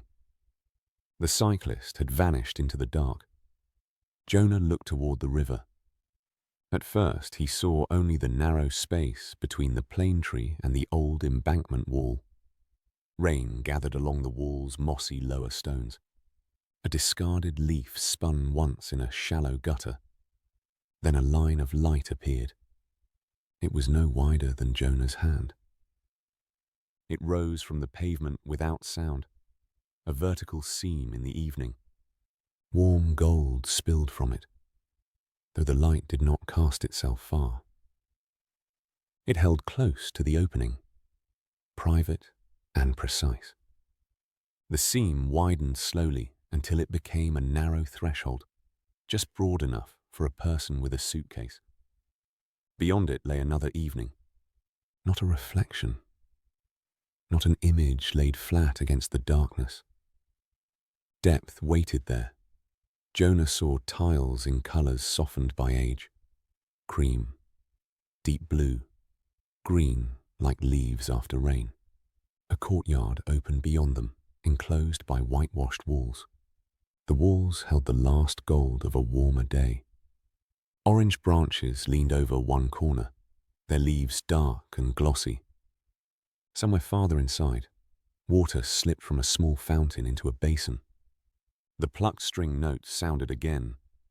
This time, Jonah heard its answer from beyond the threshold. A guitar, perhaps. Only a few notes. Slow, unfinished, and so restrained that they might have been someone testing an instrument before beginning.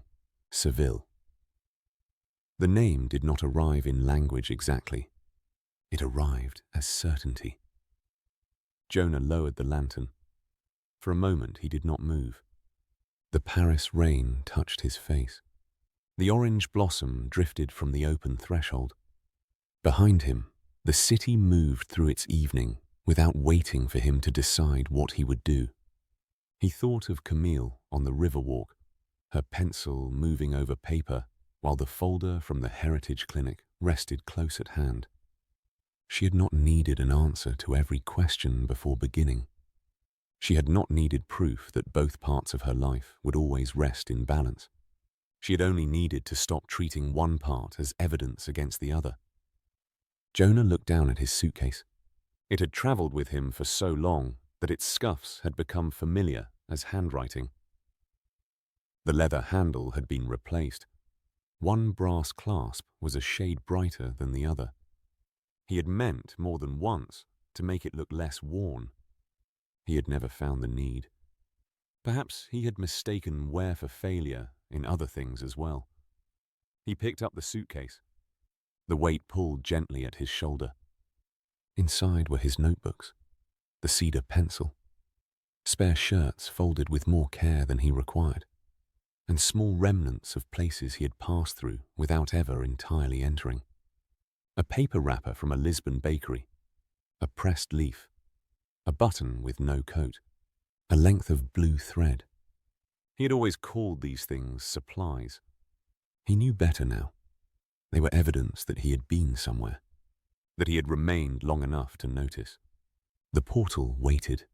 Jonah took one step toward it, then stopped at the edge where Paris rain met the dry warmth of Seville. He turned back. The Seine lay dark beneath the lamps. The plane tree rose behind him, patient and rain-washed. Across the water, the streets of the Latin Quarter climbed away into the night. The faculty buildings, the narrow cafes, the art supply shop window, the bookstall where a second-hand volume had held a small figurine beneath its cover. Somewhere among those streets, Camille was carrying both her work and her wanting forward. He hoped the city would be kind to her. Then he recognized that kindness was not the same as ease. Paris would give her crowded days, difficult questions, imperfect opportunities. It would ask her to continue choosing, in small ways, what she had chosen today. That was all any place could offer. Jonah raised the lantern slightly toward the river. "Thank you," he said. His voice was quiet enough that it belonged only to him. The lantern's flame shifted behind the glass. Not brighter, not dimmer, simply alive. He stepped through. Warm air wrapped around him. The rain vanished from his coat in the space of a breath, leaving only coolness in the cloth. Under his boots, the tiled courtyard held the day's stored heat. Orange blossom moved overhead.